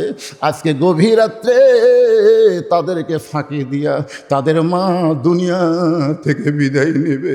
আবু যর, জান্নাতুল বাকির পূর্ব কোণায় একটা কবর কর, কারণ পর্দানিশি ফাতেমা ওসিয়ত করেছে রাতের বেলায় তাকে দাফন করা লাগবে। আবু যর গিফারি কোদাল নিয়ে ওই জান্নাতুল বাকির পূর্ব কোণায় গিয়া দেখে সবুজ রঙের একটা বাতি জ্বলতেছে, যেই বাতির কোনো তার নাই, যেই বাতির কোনো সুইচ নাই, বিনা তারে বিনা সুইচে আমার আল্লাহ তাআলা অটোমেটিক জ্বলায়া দিছে। লিল্লাহি তাকবীর। আজকে যারা এখানে বসে আর শুনতেছেন, মনে করবেন না যে আপনার কবরে জানলা নাই, দরজা নাই, বাতি নাই, কিন্তু কবরের পাথেও যদি কবরে জোগাড় করে যাবার পারেন, আপনার কবর কবর থাকবে না, আপনার কবর হবে জান্নাতের বাগান। ধরে কোন কথা ঠিক না? বিশ্বাস করা লাগবে। অনেকে আফসোস করে, হাইরে হাইরে কবরের তো ছোট্ট না বাগারি, জানলা নাই, দরজা নাই। আপনি কি মনে করতেছেন? কিন্তু যেদিন ডাক পড়িবে, এই গানটা সবাই একটু গান, মনটা নরম হবে। কিন্তু যেদিন ডাক পড়িবে কবর মাঝে যাইতে, জোগাড় কিছু করছো বন্ধু তার মাঝে বিছাইতে। আবু যর গিফারি কোদাল নিয়া তাকায় দেখে ওই যে বাতি জ্বলতেছে, ওই বাতির আলো গোলাকার হয়ে পড়ে নাই, 4 কোণা কবরের মতো পড়ে গেছে। ওই আলোর মধ্যে কোদাল দিয়ে কবর খুঁড়তে খুঁড়তে একসময় আবু যর গিফারি আবেগে, অনেকগুলো কথা আমরা বলি বিবেকে, আর কতগুলো কথা বলি আবেগে। আবেগের কথা হলো বর্তমান ক্ষমতা কি আছে, এটা আবেগ। অনেকে বলে আওয়ামী লীগ ক্ষমতায় আছে রে, কিন্তু বিবেক কি বলে? কথা কয় না। আবেগে মানুষ খালি কাফের হয়। যদি আপনি বলেন যে বর্তমান আওয়ামী লীগ ক্ষমতা আছে, বলা মাত্রই আপনি কাফের হয়ে যাবেন। কারণ আল্লাহর ক্ষমতার মধ্যে কাউকে ঢুকানো যাবে না। ওহু আলা কুল্লি শাইইন কদির, প্রত্যেকটা বিষয়ের উপরে একমাত্র ক্ষমতাকার, একমাত্র ক্ষমতাকার। আবেগে আমরা বলি, আবেগে। হুজুর যত ওয়াজ করেন হুজুর, হবি না, কি হবি না, এত আন্দোলন এত কিছু করার পর তো কিছুই হলো না হুজুর। আরে পাগলা, 3 তলার উপরে উঠে 1.5 লাখ টাকার খাট 12,000 কম্বল 9টার সময় ওড়ে তামানে দিয়ে বলতেছে আমার বাড়ি আমার ঘর আমার নামাইকে। দুই কান্দে দুই ফেরেস্তা বলতেছে আল্লাহ ই যে কথা কয়ে কম্বলের মধ্যে ঢুকলো তাহলে এক নামানোর কেউ নাই। ফেরেস্তারা রাগ করছে, আল্লাহ কয়ে ধৈর্য ধর। রাত 3টার সময় একটা ভূমিকম্প দিচ্ছে, জোরে কোন কি কম্প, তাহলে বিল্ডিং একটা লয়ে উঠছে, ওই এত জোরে নামছে যে কম্বলের মধ্যে লঙ্গি খুলে আছে ওটাও পর্যন্ত পড়ার টাইম পায়নি। ফেরেস্তা বললো আল্লাহ নামাইলা, তাই বলে ন্যাংটা করে নামালা। আল্লাহ বলতেছে জনগণ যদি নামাবার না পারে আমার নামান এরকম ন্যাংটা করেই হবে। জোরে কোন কথা ঠিক, আবেগে কোনো কথা বলা যাবে না ভাইজান, কথা বলতে হবে বিবেকে। জোরে কোন কি, আপনার কাছে সবচাইতে বড় আদালত তার নাম কি? আবেগে আবু যর গিফারি বলতেছে কবর তুই কি জানিস গভীর রাত্রে যাকে দাফন করব সে দুনিয়ার সাধারণ কোনো মেয়ে না, আল্লাহ নবীর মেয়ে হওয়ার পরেও নবী তারে মা বলে সম্মান দিয়েছে। ফাতেমাকে আল্লাহ নবী মায়ের মতন সম্মান করছে, কিন্তু ফাতেমাকে নবীর মা না মেয়ে? জোরে কোন। ফাতেমা যেই মাত্র ঘরে আসে সঙ্গে সঙ্গে নবী দাঁড়ায়, বসে থাকা নবী দাঁড়িয়ে যায়। ফাতেমা ঘরে আসলে নবী জিজ্ঞাসা করে মা আপনি কষ্ট করে আমার কাছে কেন আইছেন? আমারে ডাকলেই তো আমি আপনার কাছে যাইতাম। নবী বলে মা কষ্ট করে আমার কাছে কেন আইছেন? আমারে ডাকলেই তো আমি যাইতাম। তো মা আয়েশা 6 লক্ষ হাদিসের হাফেজা ব্যাধি হয়ে গেছে, ব্যাধি হয়ে বলতেছি ইয়া রাসূলুল্লাহ এটা একটা কথা হলো, মেয়ে ঘরের মধ্যে আসলে বাপ কেন খাড়া হবে, আর বাবা মেয়েকে এমন কথা কেন বলবে? আল্লাহ রাসূল বলে আয়েশা দুনিয়ার সমস্ত মানুষ জানে ফাতেমা আমার মেয়ে, কিন্তু আমি নিজের চোখে দেখেছি ফাতেমা আমার মা। সুবহানাল্লাহ কন না কেন? আপনি বলেন তো শোনা কথা আর দেখা কথা দুইটাকে এক? মাইশা বললেন হুজুর কেমনে দেখলেন? রাসূল বললেন তায়েফের ময়দান থেকে রক্তমাখা দেহ নিয়ে আমি যখন মক্কাতে আসলাম ওই সময় আমাকে আদর করার চাচা আবু তালেব নাই, আমার দরদের বিবি খাদিজাও দুনিয়াতে নাই। ওই সময় আমাকে দরদ করার মেয়ে হলো আমার 4টা মেয়ে। ধরে কোন কয়টা মেয়ে? মেয়েরা বাপকে দয়া কম করে না বেশি করে? রাসূল বললেন 3টা মেয়ে আমার একসঙ্গে ঘরের মধ্যে ঢুকলো, জয়নাব কুলসুম আর ওকে ওরা 3জন আমার মাথায় হাত দিয়ে বললো বাবা তায়েফবাসী এত পাথর মারছে, এই কষ্ট আপনি কেমনে সহ্য করবেন বাবা? আপনার চামড়া কেটে রক্ত বের হয়ে গেছে, গোটা দেহ ক্ষত হয়ে গেছে, এই কষ্ট আপনি কেমনে সহ্য করবেন? রাসূল বলে আয়েশা রে 3টা মেয়ের মতন কথা বলে যখন ঘর থেকে বাইরে যায় এমন সময় ফাতেমা ঘরের মধ্যে ঢুকি দরজা বন্ধ করে দেয়। আমি রাসূল চমকে গিয়ে বললাম ফাতেমা ঘরের মধ্যে ঢুকে দরজা বন্ধ করলেন কেমা? ফাতেমা বলে বাবা আপনার মাধ্যমে আল্লাহকে আমি কয়টা কথা বলবার চাই, আমার সরাসরি কথা বলার যোগ্যতা নাই, আপনার মাধ্যমে আমি আল্লাহকে বলতে চাই। ফাতেমা বললেন আল্লাহ তোমার যদি বাবা থাকতো আর তোমার বাবা যদি আজকে তায়েফে যাইতো আর তায়েফবাসী যদি পাথর মারতো, আল্লাহ বলো তো তোমার কেমন লাগতো? তোমার বাবা নাই বলে তুমি ফাতেমার বাবার দরদ বুঝতে পারলা না। তুমি ইব্রাহিম নবীর জন্য নমরুদের চুলা শান্তির বাগান বানায় দাও, মুসা নবীর জন্য সাগরকে তুমি রাস্তা বানাও, আর আমার বাবার জন্য তায়েফের পাথর তুমি তুলা বানাবার পারলা না। জন্মের আগে আমার বাবা হারাইছে, 6 বছর বয়স আমার বাবা মা হারাইছে। তুমি জানো গো আল্লাহ এই বছরেই তুমি তার চাচা আবু তালেবকে নিয়ে গেলা, আবার এই বছরই আমার মা খাদিজাকে তুমি দুনিয়া থেকে টান দিলে, আবার এই বছরে তুমি তায়েফে আমার বাবাকে রক্তাক্ত করে দিলে। এই কথা বলে যখন ফাতেমা দরজা খুলে বার হয়ে যায় রাসূল বলে আয়েশা রে আমি মনে করেছি আমার ফাতেমা মনে হয় পাগলি হয়ে গেছে। আমি তাকায় দেখি উঠানে পানি গরম করতেছে আর জয়তুনের তেল গরম করতেছে। কিছুক্ষণ পরে এসে আবার যখন দরজা বন্ধ করে দেয় আমি বললাম রাগ করে ফাতেমা তুই আবার কেন দরজা বন্ধ করলি? ফাতেমা বলে বাবা সন্তান যখন বড় হবে ওই সন্তানকে গোসল করাইতে গেলে দরজা খুলে গোসল করানো যাবে না। রাসূল বলে আয়েশা রে আমার মাথা ফাতেমার উরাতের উপরে আমার গোটা দেহের কাপড় খুলে ওই নরম কাপড় গরম পাপড়ের মধ্যে পানির মধ্যে চুবড়াইয়া আমার গোটা দেহ পরিষ্কার করে ওই নরম হাত দিয়া যখন আমার ক্ষতস্থানে জয়তুনের তেল লাগায় দেয় আমি নবী কখন যেন ফাতেমার উরাতকে বালিশ বানায় ঘুমিয়ে গেছি। ওই ঘুমের ঘুরে আমি স্বপ্নে দেখতে পাই আমার শেওরের পাশে আমি না মা আমার দাঁড়িয়ে কাঁদতেছে। আমি স্বপ্নকে বাস্তব মনে করে মা বলে আমিনার হাত ধরলাম, কিন্তু ওই সময় ফাতেমা আমার কপালে চুমা খায়, ফাতেমার চোখের পানি আমার চোখের মধ্যে ঢুকে আমার ঘুমটা ভাঙে যায়। আমি বললাম, ফাতেমা তুই এত কান্দিস কেন মা? ফাতেমা বলে, বাবা আপনি মা বলে আমার হাতটা চাইবা ধরছেন, এই যে দেখেন এখন পর্যন্ত আপনি হাতটা চাইবাই ধরে আছেন। রাসূল বলে, আল্লাহে ওই আল্লাহর শপথ করে বলতেছি, মা বলে যদি তোর হাত চাইবা ধরি তাহলে তুই আমার মেয়ে না। আজকে দেখলাম তোর ভিতরে আমার মা আমিনা। আবু যর গিফারি বলে, কবর তোর মধ্যে এমন একজন মাকে রাখা হবে যার দুইটা সন্তান জান্নাতের যুবকদের সর্দার হবে। রে কবর কোনোদিন বেয়াদবি করবি না, খবরদার কখনো বেয়াদবি করতে পারবি না। এই বলে কোদাল মারতে মারতে কবর খননের শেষের দিকে আবু যর গিফারি বলে, কবর রে তুই কি জানিস আজকে তোর মধ্যে এমন একজন বিবিকে রাখা হবে যার স্বামী হলো আসাদুল্লাহিল গালিব, যার স্বামী হলো আনা মাদিনাতুল ইলমি ওয়া আলী ওয়া বাবুহা।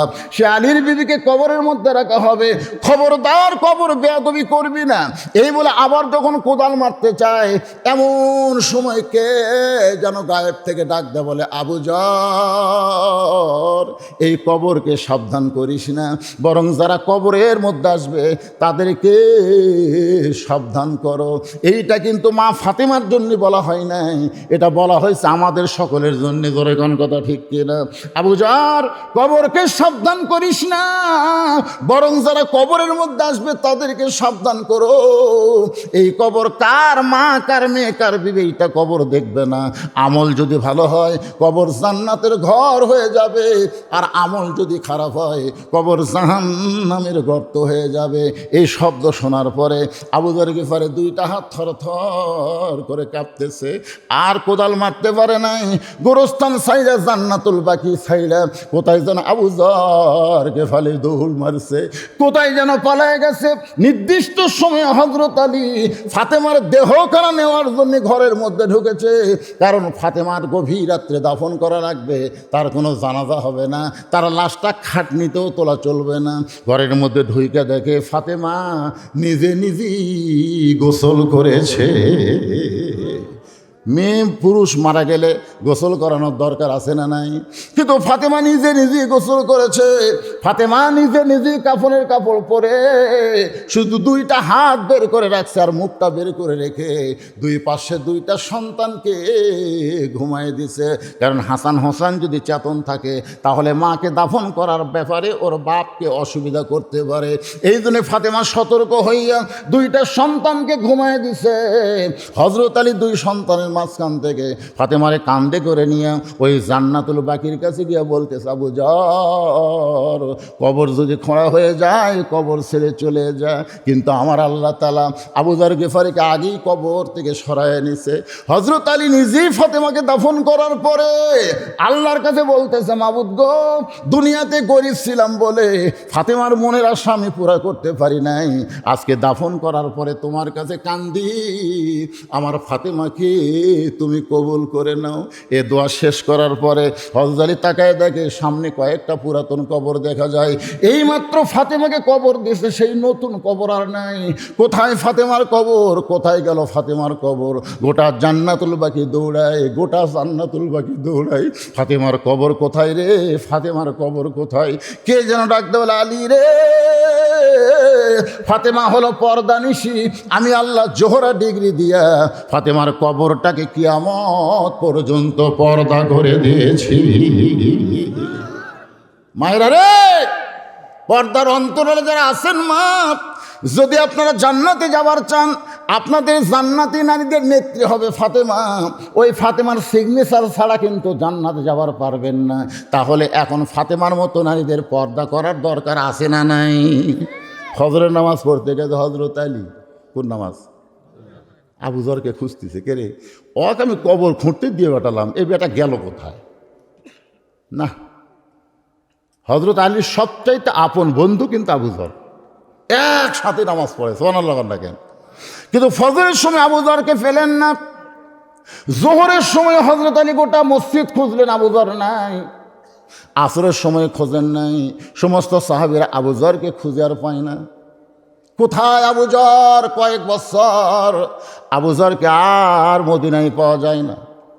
কয়েক বছর পর আবু যর গিফারি পাগল হয়ে মদিনায় ঘুরতেছে। ছোট ছোট বাচ্চারা পাথর মারতেছে আর বলে ওই যে পাগল যায়। আবু যর গিফারি গেলে হাসে আর কান্দে না, খালি হাসে, পাগলের মতন খিক করে হাসে। এমন সময় রাস্তা দিয়ে আলী যাওয়ার বলে রে ছোট বাচ্চারা, পাগল মনে করে কারো পাথর মারতেছ? মদিনার বাচ্চারা বলে আমরা তো ওনাকে চিনি না, আমরা তো ওনাকে চিনি নাই পাগলকে। হযরত আলী পাগলের কাছে আইসা দেখে পাগল আর কেউ না, পাগল হলো আবু যর। আবু যর আমার ফাতেমার কবর খুঁড়তে গিয়ে কবর খনন করে কোথায় হারাইলি ভাই? এত বছর হলে তোরে খুঁজতেছি, তোরে আর মদিনায় দেখি না, তুই কোথায় ছিল আবু যর? একটা বার কথা বল, কবর খুঁড়তে খুঁড়তে কেন তুই কবর ছেড়ে পালায় গেলি? আবু যর গিফারি কোনোই কথা বলে না। আলী বলতেছে আবু যর কথা বল, কথা বল। আবু যর গিফারি যখন কথাই বলে না, হযরত আলী আবু যর গিফারিকে বুকের মধ্যে একটা চাপা মারছে। চাপা মারার সঙ্গে সঙ্গে আবু যর গিফারির জবান দিয়ে বের হচ্ছে কবর কবর কবর। তিনবার কবর কবর বলে মারিতে পড়ে যায়।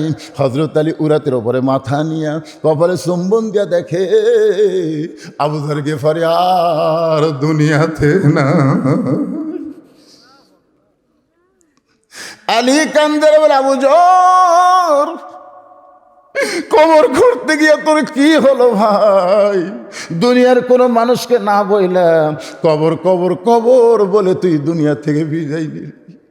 আবু যর গিফারির এই অবস্থা দেখে আলী চিৎকার করে বললেন দুনিয়াবাসীরে শোনো, ওই কবরে যখন আমাদের যাইতে হবে খালি হাতে যাইও না, কবরে যাওয়ার পাথেও জোগাড় করে তারপরে তোমরা কবরে রওনা দিও। আজকের এই মক্তবের উন্নয়ন গল্পে মাহফিলে ভাই আমি আরও 1 ঘন্টা ওয়াজ করবো, আমার ওয়াজের কোনো আপত্তি নাই, কিন্তু এই মুহূর্তে কবরে যাওয়ার পাথেও হিসাবে মক্তবের যে সাইজ দেখলাম ভাইজান, আজকে প্রাইমারি সরকার হাজার হাজার টাকা দিয়া, কোটি টাকা দিয়া প্রাইমারি সংস্কার করে। 1 তলা প্রাইমারি 2 তলা হয়, 2 তলা প্রাইমারি 3 তলা হয়, কিন্তু কোরআন যেখানে শিক্ষা দেওয়া হয় সেই মক্তবের কোনোই উন্নতি। আমি কয়েক বছর আগে আইছিলাম মোটর সাইকেল নিয়ে, তখন যা দেখছিলাম এখনও তাই। ভিতরে মনে হয় ব্যাগ লিয়া সব বসে আছে, ওই যে ব্যাগ, ব্যাগের টাকা দেওয়া মক্তবের কি হবি রে? এখানে এমন আল্লাহর বান্দা আছে 500,000 টাকা দিবি, ব্যাগও দিবি না। কবরের কথা মনে করে, কবরের পাথেও চিন্তা করে। আল্লাহর কোন পাগল আছেন যে 1,000 টাকা দেবেন? আল্লাহ আপনার বাপ মার কবরকে জান্নাত বানাই দেবে। আপনিও কবরের পাথেও জোগাড় হলো, দুনিয়া থেকে জান্নাতের ব্যাংকে অ্যাকাউন্ট খোলা হলো আল্লাহ রাস্তায় দান করা। আজকেই মক্তব বড় অসহায় ভাইজান। তাই সবাইকে বলবো ব্যাগের মধ্যে 10, 20, 50 টাকা দিবেনই।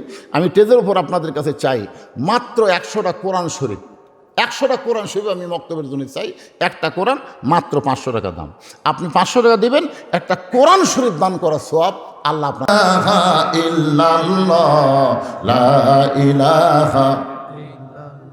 এ ভাইজান যারা দাঁড়াইছেন সবাই বসেন, আর মাইকের সাউন্ড একটু কমে দাও, বেশি হয়ে গেছে, চঞ্চন করতেছে।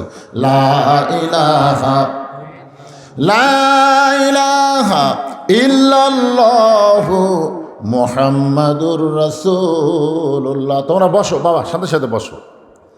ফাসাল্লি লিরাব্বিকা ওয়ানহার। এই মাসটা হলো রজব মাস। জোরে বলেন কি মাস? এই রজব মাসে আল্লাহ তার নবীকে আরশে নিয়ে গেছিলেন। আরশে নিয়ে যায় নবীকে 5 ওয়াক্ত নামাজ দিয়েছেন। জোরে কোন কয় ওয়াক্ত? না 50? হ্যাঁ 50। এই দেখেন 50, 5, কারণ কি? 50 ওয়াক্ত নামাজ 5 ওয়াক্ত হলো।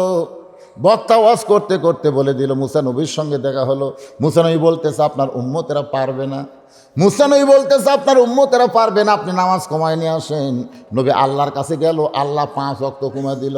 মুসা বলতেছে আপনার উম্মতেরা পারবে না, নবী আবার গেলেন, আবার 5 ওয়াক্ত কমা দিল। এভাবে নবী 9 বার গেল। জোরে কোন কয়বার? খালি আর একবার গেলে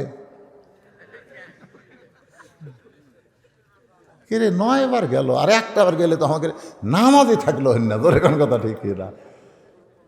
হায় হায় রে, এ ওয়াজ বক্তা কইরা যখন বাড়িতে গেছে, শ্রোতারা রাস্তার মধ্যে যাচ্ছে আর গল্প করতেছে, যদি মুসা নবীর সঙ্গে দেখা না হতো তাহলে হামাকের অবস্থা কি হতো।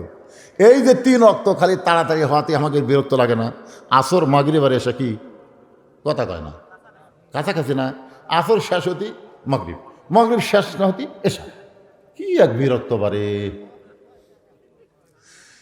যদি 50 ওয়াক্ত হতো তাহলে 24 ঘন্টার মধ্যে 8 ঘন্টা পর পর জোরজন কয় ঘন্টা আলু লাগাবার পারতেন, আলু ধান লাগাবার পারতেন, কোনো কাম করা যেত, হাট বাজার। 8 ঘন্টা পর পরে 1 ওয়াক্ত করে নামাজ কি করবেন? দেখেন এখানে আল্লাহ তাআলা 50 ওয়াক্ত না দিয়া 5 ওয়াক্ত দিল।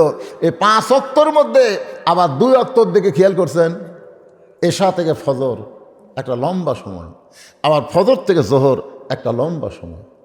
ওমর ফারুক বলেন, এ রাসূলুল্লাহ 3 ওয়াক্ত তাড়াতাড়ি আর এই 2 ওয়াক্ত লম্বা কেন? আল্লাহ রাসূল বললেন, ফজর থেকে জোহর লম্বা সময় দেওয়ার কারণ হলো মানুষ দুনিয়ার কাজকাম করবে, ব্যবসা বাণিজ্য করবে, চাকরি বাকরি করবে, খেতে খামারে এবং অফিস আদালতে এইগুলো কাজ করতে করতে দেহের যে ক্ষয় হবে, ক্ষয় বোঝেন না? ক্ষয় বোঝেন না? দেহের যে ক্ষয় হবে, এশা থেকে ফজর আল্লাহ লম্বা সময় দেওয়ার কারণ হলো ওই সময় তারা ঘুম পাড়বে, ওই ক্ষয়গুলো আল্লাহ তাআলা ঘুমের মধ্যে পূরণ করে দিবে। তাহলে দেখেন 50 ওয়াক্তর জায়গায় 5 ওয়াক্ত। এখন আমি 3টা কথা আপনাদেরকে বলবো, আপনি একটু চিন্তা করে দেখেন তো কথাটা কি মানা যায়। 1 নম্বর কথা হলো, আমাদের নবীকে আল্লাহ 50 ওয়াক্ত নামাজ দিল, নবী আমাকের কথা মনে ভুলে গেছে, মুসা নবী আমাকের কথা বলে দিছে। মানে আমরা যে 50 ওয়াক্ত পারবো না সেটা আমাকের নবী কি ভুলে গেছে, মানে মনে নেই, আমাকের কথা নবীর মনে নেই। এই 50 ওয়াক্ত নিয়ে আসতেছে, মুসা নবী মনে করে দিল, আপনার উম্মতেরা পারবে না। এখন বলেন তো আমাকের বেশি দয়া কে করে, আমাকের নবী না মুসা নবী? কথা কয় না। আচ্ছা নামাজকে আগে ফাঁসে না বোরাকত আগে ছুটছে? আগে বোরাকের পিঠে না চললে তো আর আল্লাহর কাছে যাওয়ার পর নেই। ওই বোরাকের পিঠেও তো নবী ছুটতেছে না। ফেরেশতা জিবরাইল বলে, হুজুর ছড়েন। আল্লাহ রাসূল বলে, আগে বোরাকের গতি কম। বলে বোরাকের পিঠে চড়বেন, বোরাক আপনাকে বারকুন বিজলি, আসমানে বিজলি চমকায়, এর চাইতেও বেশি গতিতে আল্লাহ তাআলা আপনাকে আরশে নিয়ে যাবে। সঙ্গে সঙ্গে নবী বোরাকের পিঠে হাত দিয়ে কান্না শুরু করলেন। ফেরেশতা জিবরাইল বলে, রাসূলুল্লাহ এত সুন্দর বোরাক যার পিঠে চড়ে আপনি আল্লাহর বাড়ি যাবেন, সেই বোরাকে আপনি কাঁদেন কেন? রাসূল বলে, জিবরাইল আমার উম্মতের ব্যাপারে আমার পুলসিরাতের কথা মনে পড়ে যায়। আমার উম্মতেরা ওই বিজলি আকারে পুলসিরাত পাড়ি দেওয়ার জন্য এমন করে একটা বোরাক যদি আল্লাহ দেয়। জিবরাইল বলে, হুজুর এটা একটা কথা হলো, কোনো নবীর জন্য আল্লাহ যে বোরাক দেয় নাই, আর আপনার জন্য স্পেশালভাবে আল্লাহ বোরাক তৈরি করেছে, সেই বোরাক উম্মতের জন্য চাবেন। আমার মনে হয় এই চাওয়াটা আপনার বেশি হয়ে গেল, আপনার এই চাওয়া আল্লাহ কবুল করবে না। সঙ্গে সঙ্গে নবী বোরাকের কাছ থেকে 11 গজ দূরে, 11 গজ মানে কয় হাত? আল্লাহ পাক আমাকে দেখাছে ভাইজান, যেখানে বোরাক আইছিল ওই বোরাক যেখানে আল্লাহ পাঠাইছিল, বোরাকের পাশেই হলো দাহিয়াতুল কালবি, তার জামিলাক যে কবর দিছে ওই কবরের পাশেই বোরাক এসে খাড়া হয়ে আছে। সুবহানাল্লাহ। ওই জায়গাটা এখন আছে। 11 গজ দূরে নবী দাঁড়ায় বললেন, জিবরাইল তোমার আল্লাহকে বলো ঠেকা আমার না, ঠেকা হলো তোমার আল্লাহর। ঠেকা কার? আমি কোনোদিন আল্লাহর আরশে যাওয়ার চাইনি, আমি কোনোদিনও চাইনি। কারণ মুসা নবী একবার বলছিল রব্বি আরিনি, আল্লাহ বলেছে লান তারানি। মুসা নবী আল্লাহ দেখবার চাইছিল, আল্লাহ কয় সম্ভব না। সেই দিন থেকে আমার মনের মধ্যে আল্লাহ দেখার বাসনা থাকলেও আমি সাহস পাই না। জিবরাইল কয়, হুজুর মুসা নবী আল্লাহ দেখবার চাইছিল, আর স্বয়ং আল্লাহ আপনাকে দেখবার চায়। তফাৎ আছে না নাই? যেরকম তফাৎ আছে না নাই? মুসা নবী আল্লাহ দেখবার চাইছিল, আর আল্লাহ আপনাকে দেখবার চায়। এখন বলেন মুসা নবীর চোখের পাওয়ার আর আল্লাহর চোখের পাওয়ার কি সমান? মুসা নবী দেখবার পায় না, এই জন্যই বলছিল দেখবার চাই। কিন্তু আল্লাহ কি নবী দেখবার পায় না?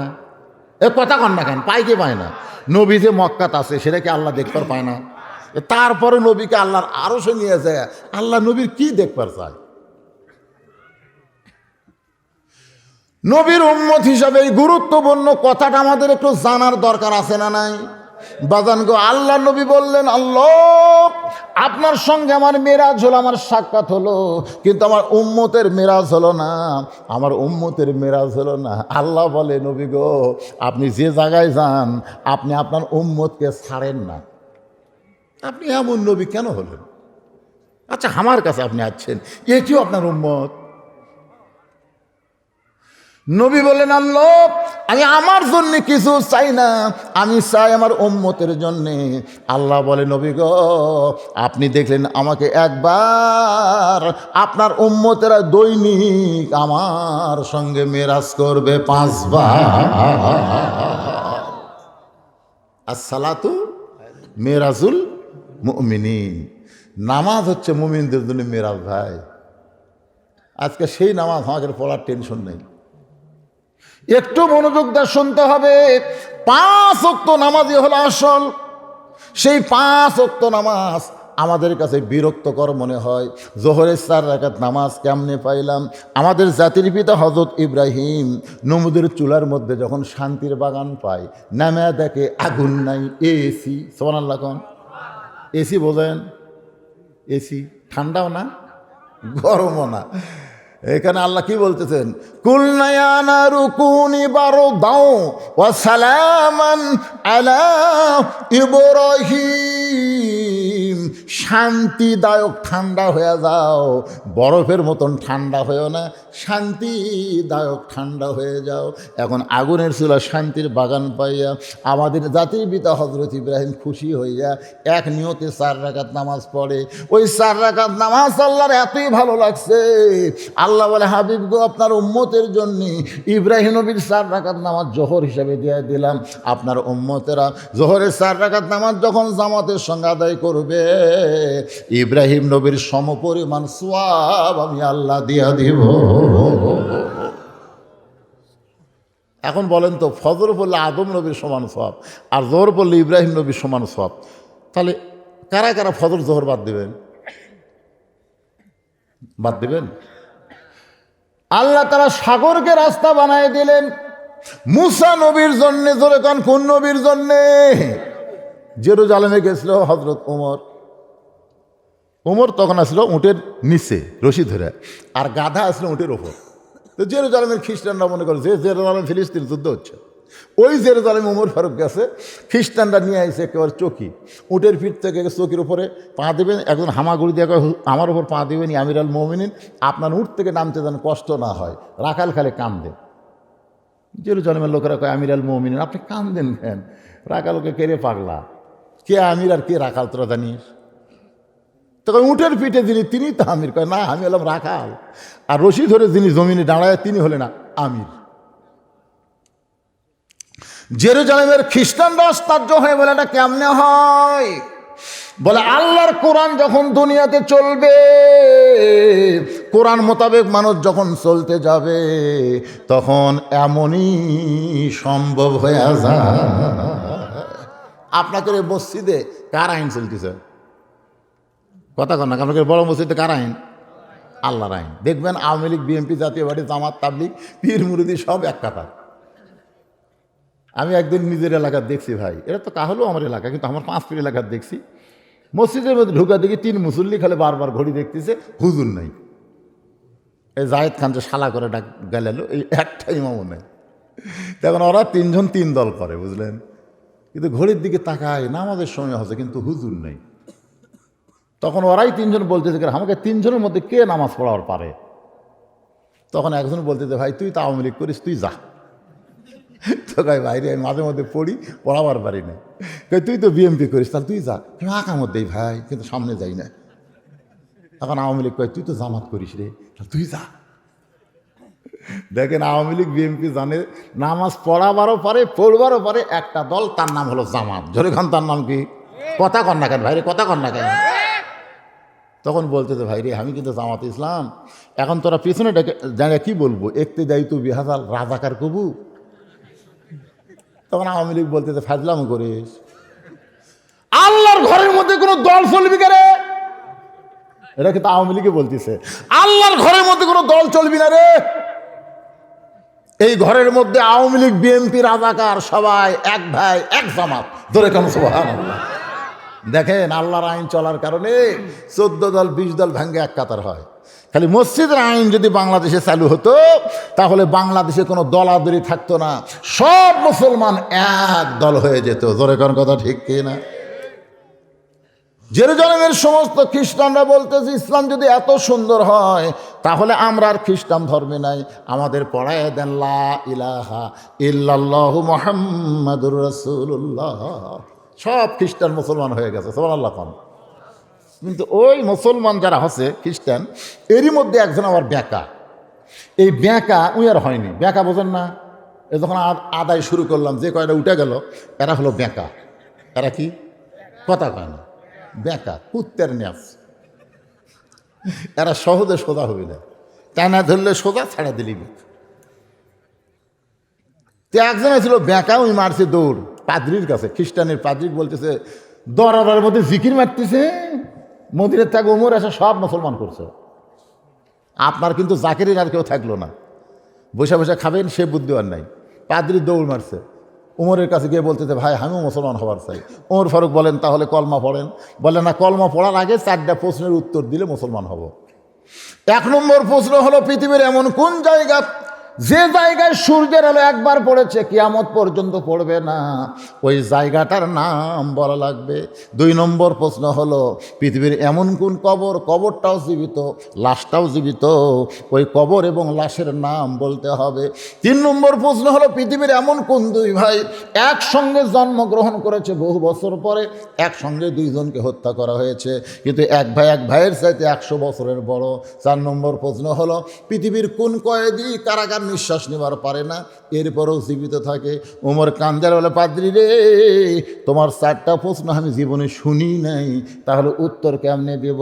পাদ্রি বলতেছে আমি তাহলে মুসলমান হতে পারলাম না। ওমর ফারুক জেরুজালেম থেকে যখন ফিরাইছে মদিনায়, হজরত আলী শিক্ষামন্ত্রী তখন ছিলেন। তখন হজরত আলী হলেন শিক্ষামন্ত্রী। দরকার কি মন্ত্রী, কথা কন না কেন, কি মন্ত্রী? বাংলাদেশেও শিক্ষামন্ত্রী আছে না নাই? ইসকনের সদস্য। এতদিন শিক্ষামন্ত্রী ছিল দীপমণি, এখন হয়েছে নওফেল। জোরে কর নাম কি? নওফেল। বাজানরে একটু মনোযোগ দিয়ে শুনবেন। ওমর ফারুক বলতেছেন আলী রে, সব খ্রিস্টান মুসলমান হয়েছে, আমার মন ভরে নাই, কিন্তু একটা পাদ্রি মুসলমান হবার চাই হলো না। আলী বলতেছেন কেন হলো না? বলে 4টা প্রশ্ন করেছে। 1 নম্বর প্রশ্ন হলো পৃথিবীর কোন জায়গা সূর্যের আলো একবার পড়েছে কিয়ামত পর্যন্ত পড়বে না, ওই জায়গাটার নাম কি? আলী মুসকি মুসকি হাসি আর বলে আপনি কেন পারলেন না?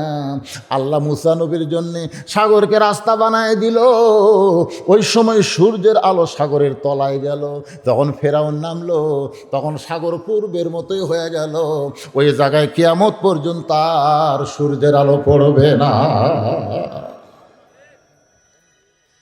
ওমর বলে আলী রে, 2 নম্বর প্রশ্ন করলো কবরটাও জীবিত লাশটাও জীবিত, এইটা কি দুনিয়াতে কোনোদিন হতে পারে? আলী বলতেছেন কবর হলো মাছ আর লাশ হলো ইউনূস আলাইহিস সালাম। ওমর চমকে বলে আলী রে, 2 ভাই একই সঙ্গে জন্মেছে, বহু বছর পর একই সঙ্গে হত্যা করেছে, এক ভাই এক ভাইয়ের সাথে 100 বছরের বড়।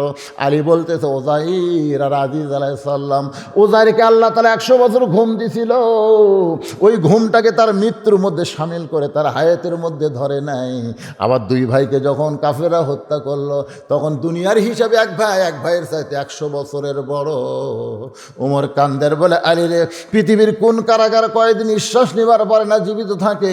আলী বলতেছে মায়ের পেটে সন্তান নিঃশ্বাস নিবার পারে না, এরপরও আল্লাহ জীবিত রাখে। ওই যে সাগরকে আল্লাহ 12 লাইন রাস্তা করে দিল, ওই সাগরের মধ্যে মুসা নবী এক নিয়তে 4 রাকাত নামাজ আদায় করেছিল। ওই 4 রাকাত নামাজ আল্লাহর এতই ভালো লাগছে, উম্মতে মুহাম্মাদের জন্য আসরের 4 রাকাত ফরজ হিসেবে দেয়া দিচ্ছে। আসরের 4 রাকাত ফরজ যখন জামাতে আদায় করবেন, মুসা নবীর সমপরিমাণ সওয়াব আল্লাহ দান করে দিবে। মাগরিবে 3 রাকাত ফরজ। যেই নবীর আলোচনা শুরু করেছিলাম ইয়াকুব নবী, জোরে বলেন নাম কি? ইয়াকুব নবীর একটা সন্তানকে কুয়ার মধ্যে ফেলে দিয়েছিল, তার নাম হলো ইউসুফ। শেষ পর্যন্ত বণিকেরা বিক্রি করলো, জুলাইখার বাড়িতে লালন পালন হলো। আবার জুলাইখার অভিযোগে ইউসুফকে জেলখানার মধ্যে ঢুকানো হলো।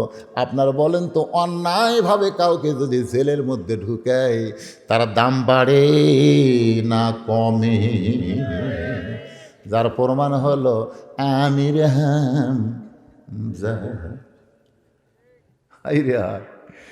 বগুড়ার ইউটিউবাররা কক্সবাজার গেছে রে, বগুড়া থাকা কুটি গেছে। কে রে? আমির হামজা। আমি চিন্তা করল, আমার ঘুরে বসে 2-4 দিন জেলত থাকা লাগলো রে। আসলে জেলত গেলে ভালো মানুষ, তার দাম বাড়ে। যার প্রমাণ হলো আমির হামজা, যার প্রমাণ হলো আল্লামা সাঈদী। মরে যাওয়ার পরে কমপক্ষে 1 লক্ষ জায়গায় তার জানাজা হচ্ছে। জোরে কোন সুবহান, কথা কন না কেন? ইউসুফ নবীকে জেলের মধ্যে ঢুকানোর কারণে আল্লাহ কি তার দাম কমাইছে না বাড়াইছে? শেষ পর্যন্ত মিশরের প্রেসিডেন্ট বানিয়ে দিয়েছে। যারা কুয়ার মধ্যে ফেলে দিয়েছিল ওরাই গেছে। ওরা 10 ভাই যায় বলতেছে, যাবো না, যাবো না, খাদ্যের বড় দরকার, আমরা খুব ক্ষুধাতেছি। ইউসুফ নবী বললেন, তোকে পরিচয় কি রে? কাহাগের বাপের নাম ইয়াকুব নবী। তখন বুঝতে পারলো তো এরাই 10 জন রে, কুয়ার মধ্যে ফেলে দিছে। যাই হোক, বহু ঘটনার পরে ইউসুফ নবী যখন বাপের সঙ্গে মিলন হয়, ওই সময় শুকরিয়া তান 3 রাকাত নামাজ পড়ে। ওই 3 রাকাত নামাজ আমাদের জন্য আল্লাহ মাগরিবের 3 রাকাত ফরজ করে দিয়েছে। জামাতের সঙ্গে আদায় করলে ইয়াকুব ইউসুফ নবীর সম পরিমাণ সওয়াব আল্লাহ আমাকে দান করে দিবে। এখন বাকি থাকলো এশার নামাজ। জোরে বলেন কোন নামাজ? আমাদের নবী দুনিয়াতে আসার আগে একজন নবীকে আল্লাহ দুনিয়াতে পাঠাইছিল। বলেন তো সেই নবীর নাম কি? ঈসা আলাইহিস সালাম। এখন পর্যন্ত কিন্তু মহরে এবার এই কথাটা সবাই শূন্যস্থান পূরণ করেন না কেন? কে? হায় হায় রে, মরদ মানুষকেও পারল না রে। নবীর দুধ মতো হালিমার নামে একজন মা আমার 4টা কোরআন শরীফ বাবদ 2000 টাকা দান করেছে আল্লাহ। মা হালিমার সঙ্গে আমি হালিমার কবর জিয়ারত করছি, জান্নাতুল বাকি যেখানে ওসমান গনির কবর, সেখান থেকে মাত্র 150 মিটার ফাঁকে নবীর দুধ মা হালিমাতুস সাদিয়ার কবর। সুবহানাল্লাহ বলেন, কি ভাগ্য জানেন। আপনার মক্তব্য শিক্ষক 1000 টাকা দান করছে। অনেকেই দান করছে, হয়তো আগে ফাঁকে কিছু দান করছে, পরে কিছু দান করবে, না দিলে মাসে চলবি। তাই আদায় করছেন, আগে গ্রাম থেকে আদায় করছেন, মাশাআল্লাহ। যাই হোক, ও যেটা করতেছে একটু খেয়াল করেন। বর্তমানে এখনো তিনি জীবিত আছে, যার নাম হলো ঈসা নবী। জোরে কোন কি নবী? আর খ্রিস্টানরা কি মনে করে? কুরুশ বিদ্ধ করে মেরে হেল দিছে। আসলে কি ঈসা নবী মরছে? এই জন্য তো শালা ভ্রান্ত। ইসলাম ছাড়া যেগুলো ধর্ম আছে সবগুলো বানোয়ার ধর্ম। এখন পর্যন্ত তর তাজা আল্লাহ চতুর্থ আসমানে রেখা দিয়েছে। জোরে কোন সুবহানাল্লাহ। এর ঘটনা হলো, ইহুদিরা ঈসা নবীকে মারার জন্য বাড়ি ঘেরাও করছে। ঈসা আলাইহিস সালাম বলতেছে, আল্লাহ যে হারে বাড়ি ঘেরাও করছে, আমি তো দরজা খুললেই মারা ফেলবে। আল্লাহ বলতেছে, দরজা খোলা লাগবে না, আমি ঘরের ছাদ ফাঁকা করে আপনি নিয়ে আসুন। আল্লাহ ঈসা নবীকে ছাদ ফাঁকা করে কোথায় লেগেছে? চতুর্থ আসমানে। ইহুদিদের মধ্যে এক বড় বীরের ধৈর্য কুলাচ্ছে না, কে রে এতক্ষণ দরজা পড়া দেবো, ভাঙ। এই দরজা ভাঙ্গা ভিতরে যায়, ভাই ঈসা রে, কে রে ঈসা, তুই কুটি লুকালি রে। আল্লাহ তাআলা ওই বীরের চেহারা ঈসার মতো করে দিছে। ওই দরজা খোলা বের হয়ে বলতেছে, ভাই বহু খুঁজলাম, ঈসা নাই। তারা বাড়া আসলো, তারা কয় তুই কে? আমি তো তোর কি ভাই রে, মারছে। ওরা মনে করছে ঈসা নই, মরছে। আল্লাহর মার দুনের ভার। ধরে কোন কথা ঠিক কিনা? কার মরার কথা কে বলল রে? ঈসা নবী চতুর্থ আসমানে যাওয়ার পরে আল্লাহকে ডাকতে বলে, মাবুদ, দুনিয়াতে মানুষ যায় মরার জন্য, দুনিয়াতে মানুষ যায় কিসের জন্যে? কথাটা সত্যি কথা, এটা কি মিথ্যা কথা? জাত সাকারাতুল মাউত হাক্কুন। যত সত্য কথা আছে তার মধ্যে একটা সত্য কথা হলো আমাদের মৃত্যু হবেই। যত বড়ই মরদ হন, মৃত্যু হবে না। হবে কি হবে না? ঈসা নবী বলতেছে, আল্লাহ দুনিয়াতে মানুষ যায় মরার জন্যে, কিন্তু আমার যে মৃত্যু হলো না, আমার কি মৃত্যু হবে না? আল্লাহ বলে ঈসা শুধু একজন মাত্র জীবিত থাকবে, বাদ বাকি সবাইকে মরা লাগবে। আপনারা বলেন তো, যে একজন জীবিত থাকবে তিনি কে? কুল্লু মান আলাইহা ফানিউ ওয়া ইয়াবকা ওয়াজহু রাব্বিকা যুল জালালি ওয়াল ইকরাম। এমনকি যে আজরাইল আমাকে জান কবজ করে, আপনারা বলেন তো সে আজরাইল কি মরবে? আল্লাহকে আজরাইল দেখ তার কেউ আছে? আজরাইলকে আল্লাহ তন্ন তন্ন করে খুঁজে দেখছি কেউ নেই। আল্লাহ কয় ভালো করে খোঁজক রে। আল্লাহ আপনি কি কন? যার হাতের তালুর উপর গোটা পৃথিবী, তাকে আপনি খুঁজবার কন? আর নাই, আল্লাহ কেউ নাই। আল্লাহ কয় তুই কে? আজরাইল করছে আমার কথা আমি ভুলেই গেছি। আল্লাহ কয় এখন জান কবজ কর। আজরাইল কয় আমার জান আপনি করেন না, এই দায়িত্ব আমার নয়, এটা তোর। সেই দিন আজরাইল যে একটা চিৎকার মারবি, আল্লাহ রে নিজের জান নিজের কবজ করা লাগবে, এইটা যদি আগে জানতাম তাহলে এই জান কবজ করার দায়িত্ব আমি নিতাম না। আল্লাহ বলে ঈসা আপনারও মৃত্যু হবে। ঈসা বলতেছে আল্লাহ চতুর্থ আসমানে।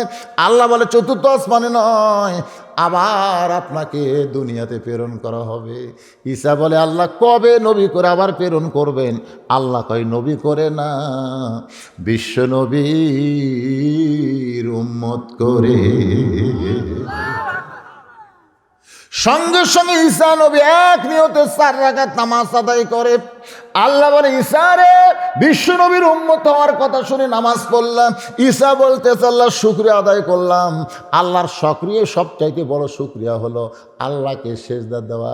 4 রাকাত নামাজ পড়ার কারণ হলো আপনি আমাকে নবী করে দুনিয়াতে প্রেরণ করছিলেন, আমি তেমন খুশি হইনি আল্লাহ, কিন্তু বিশ্ব নবীর উম্মত করে প্রেরণ করবেন এই খুশিতে আমি 4 রাকাত নামাজ আদায় করেছি।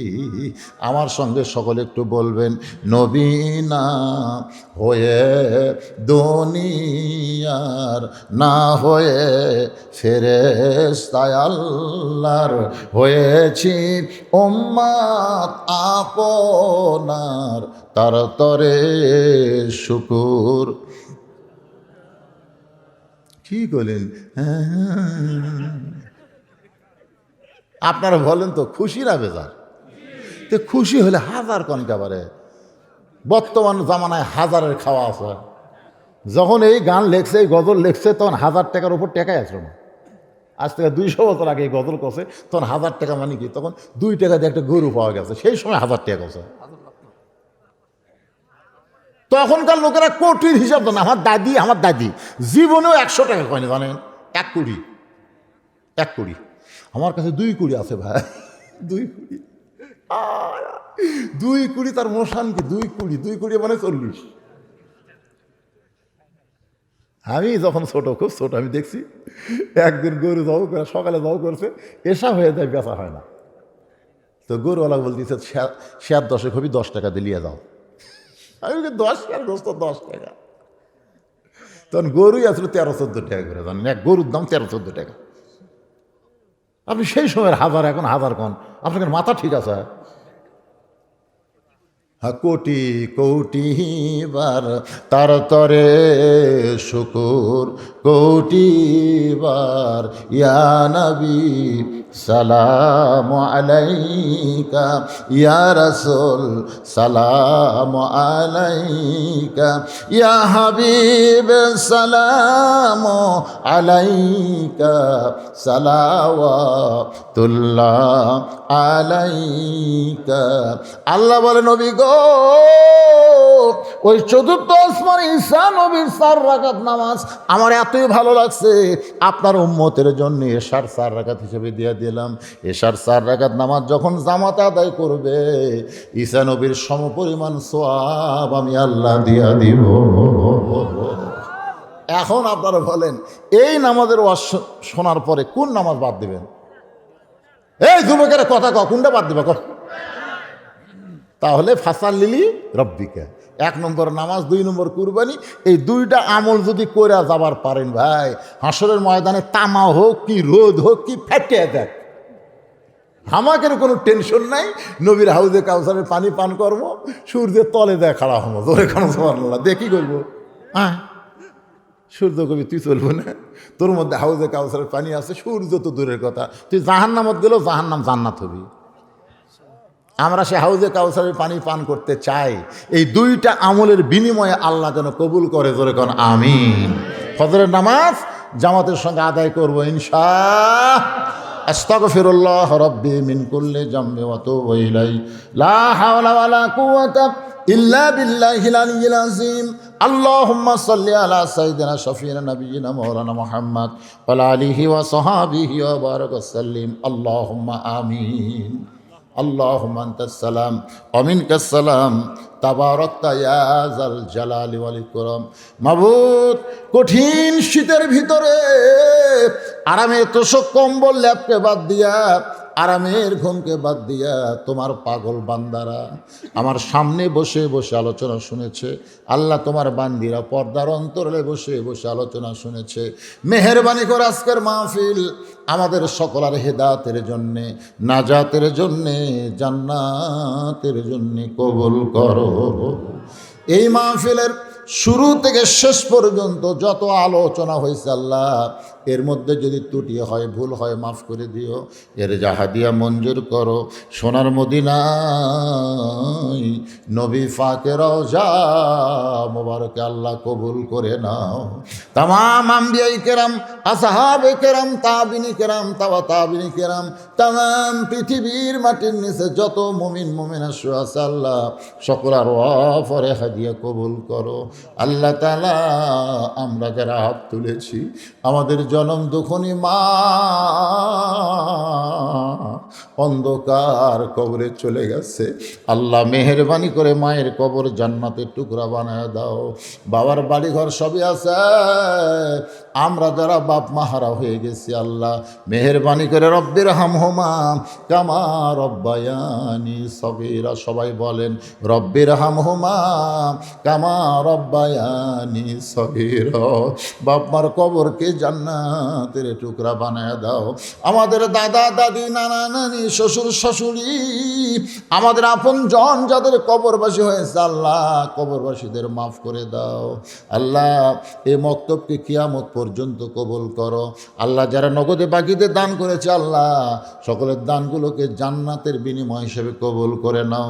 পর্দার অন্তরালের মা বোনদের আবেদা সালিয়া পদ্মাংশী কবুল করে মা ফাতেমার চরিত্র দান করে দাও।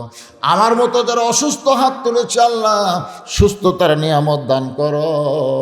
গোটা বাংলাদেশের উপরে রহমত বরকতের দরজা খুলে দাও।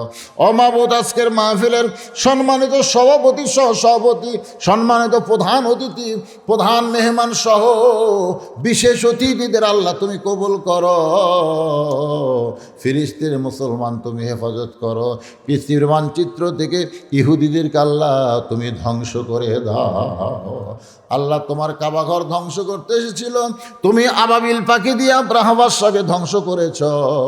তোমার বাইতুল মুকাদ্দাস দ্বারা ধ্বংস করতে চায়, তোমার কুদরতি শক্তি দিয়ে তাদের তুমি ধ্বংস করে দাও। আয় আল্লাহ তাআলা, আমি গুনাহগার বলে দোয়া ফিরাই দিও না। এতগুলো মানুষের মধ্যে যার দুই কারাত পছন্দ করো, সে দুই হাতে কবুল করেন আল্লাহ। যে মিডিয়াগুলো এখনো চালু হয়নি আল্লাহ, তুমি তোমার কুদরত দিয়ে সেগুলো চালু করে দাও আল্লাহ। সুবহানা রাব্বিকা রাব্বিল ইজ্জাতি আম্মা ইয়াসিফুন ওয়া সালামুন আলাল মুরসালিন ওয়ালহামদুলিল্লাহি রাব্বিল আলামিন। ওয়াজাল আখিরাতি কালিমাতুনা ইনদাল মাউতি লা ইলাহা ইল্লাল্লাহু মুহাম্মাদুর রাসূলুল্লাহ সাল্লাল্লাহু আলাইহি সাল্লাম।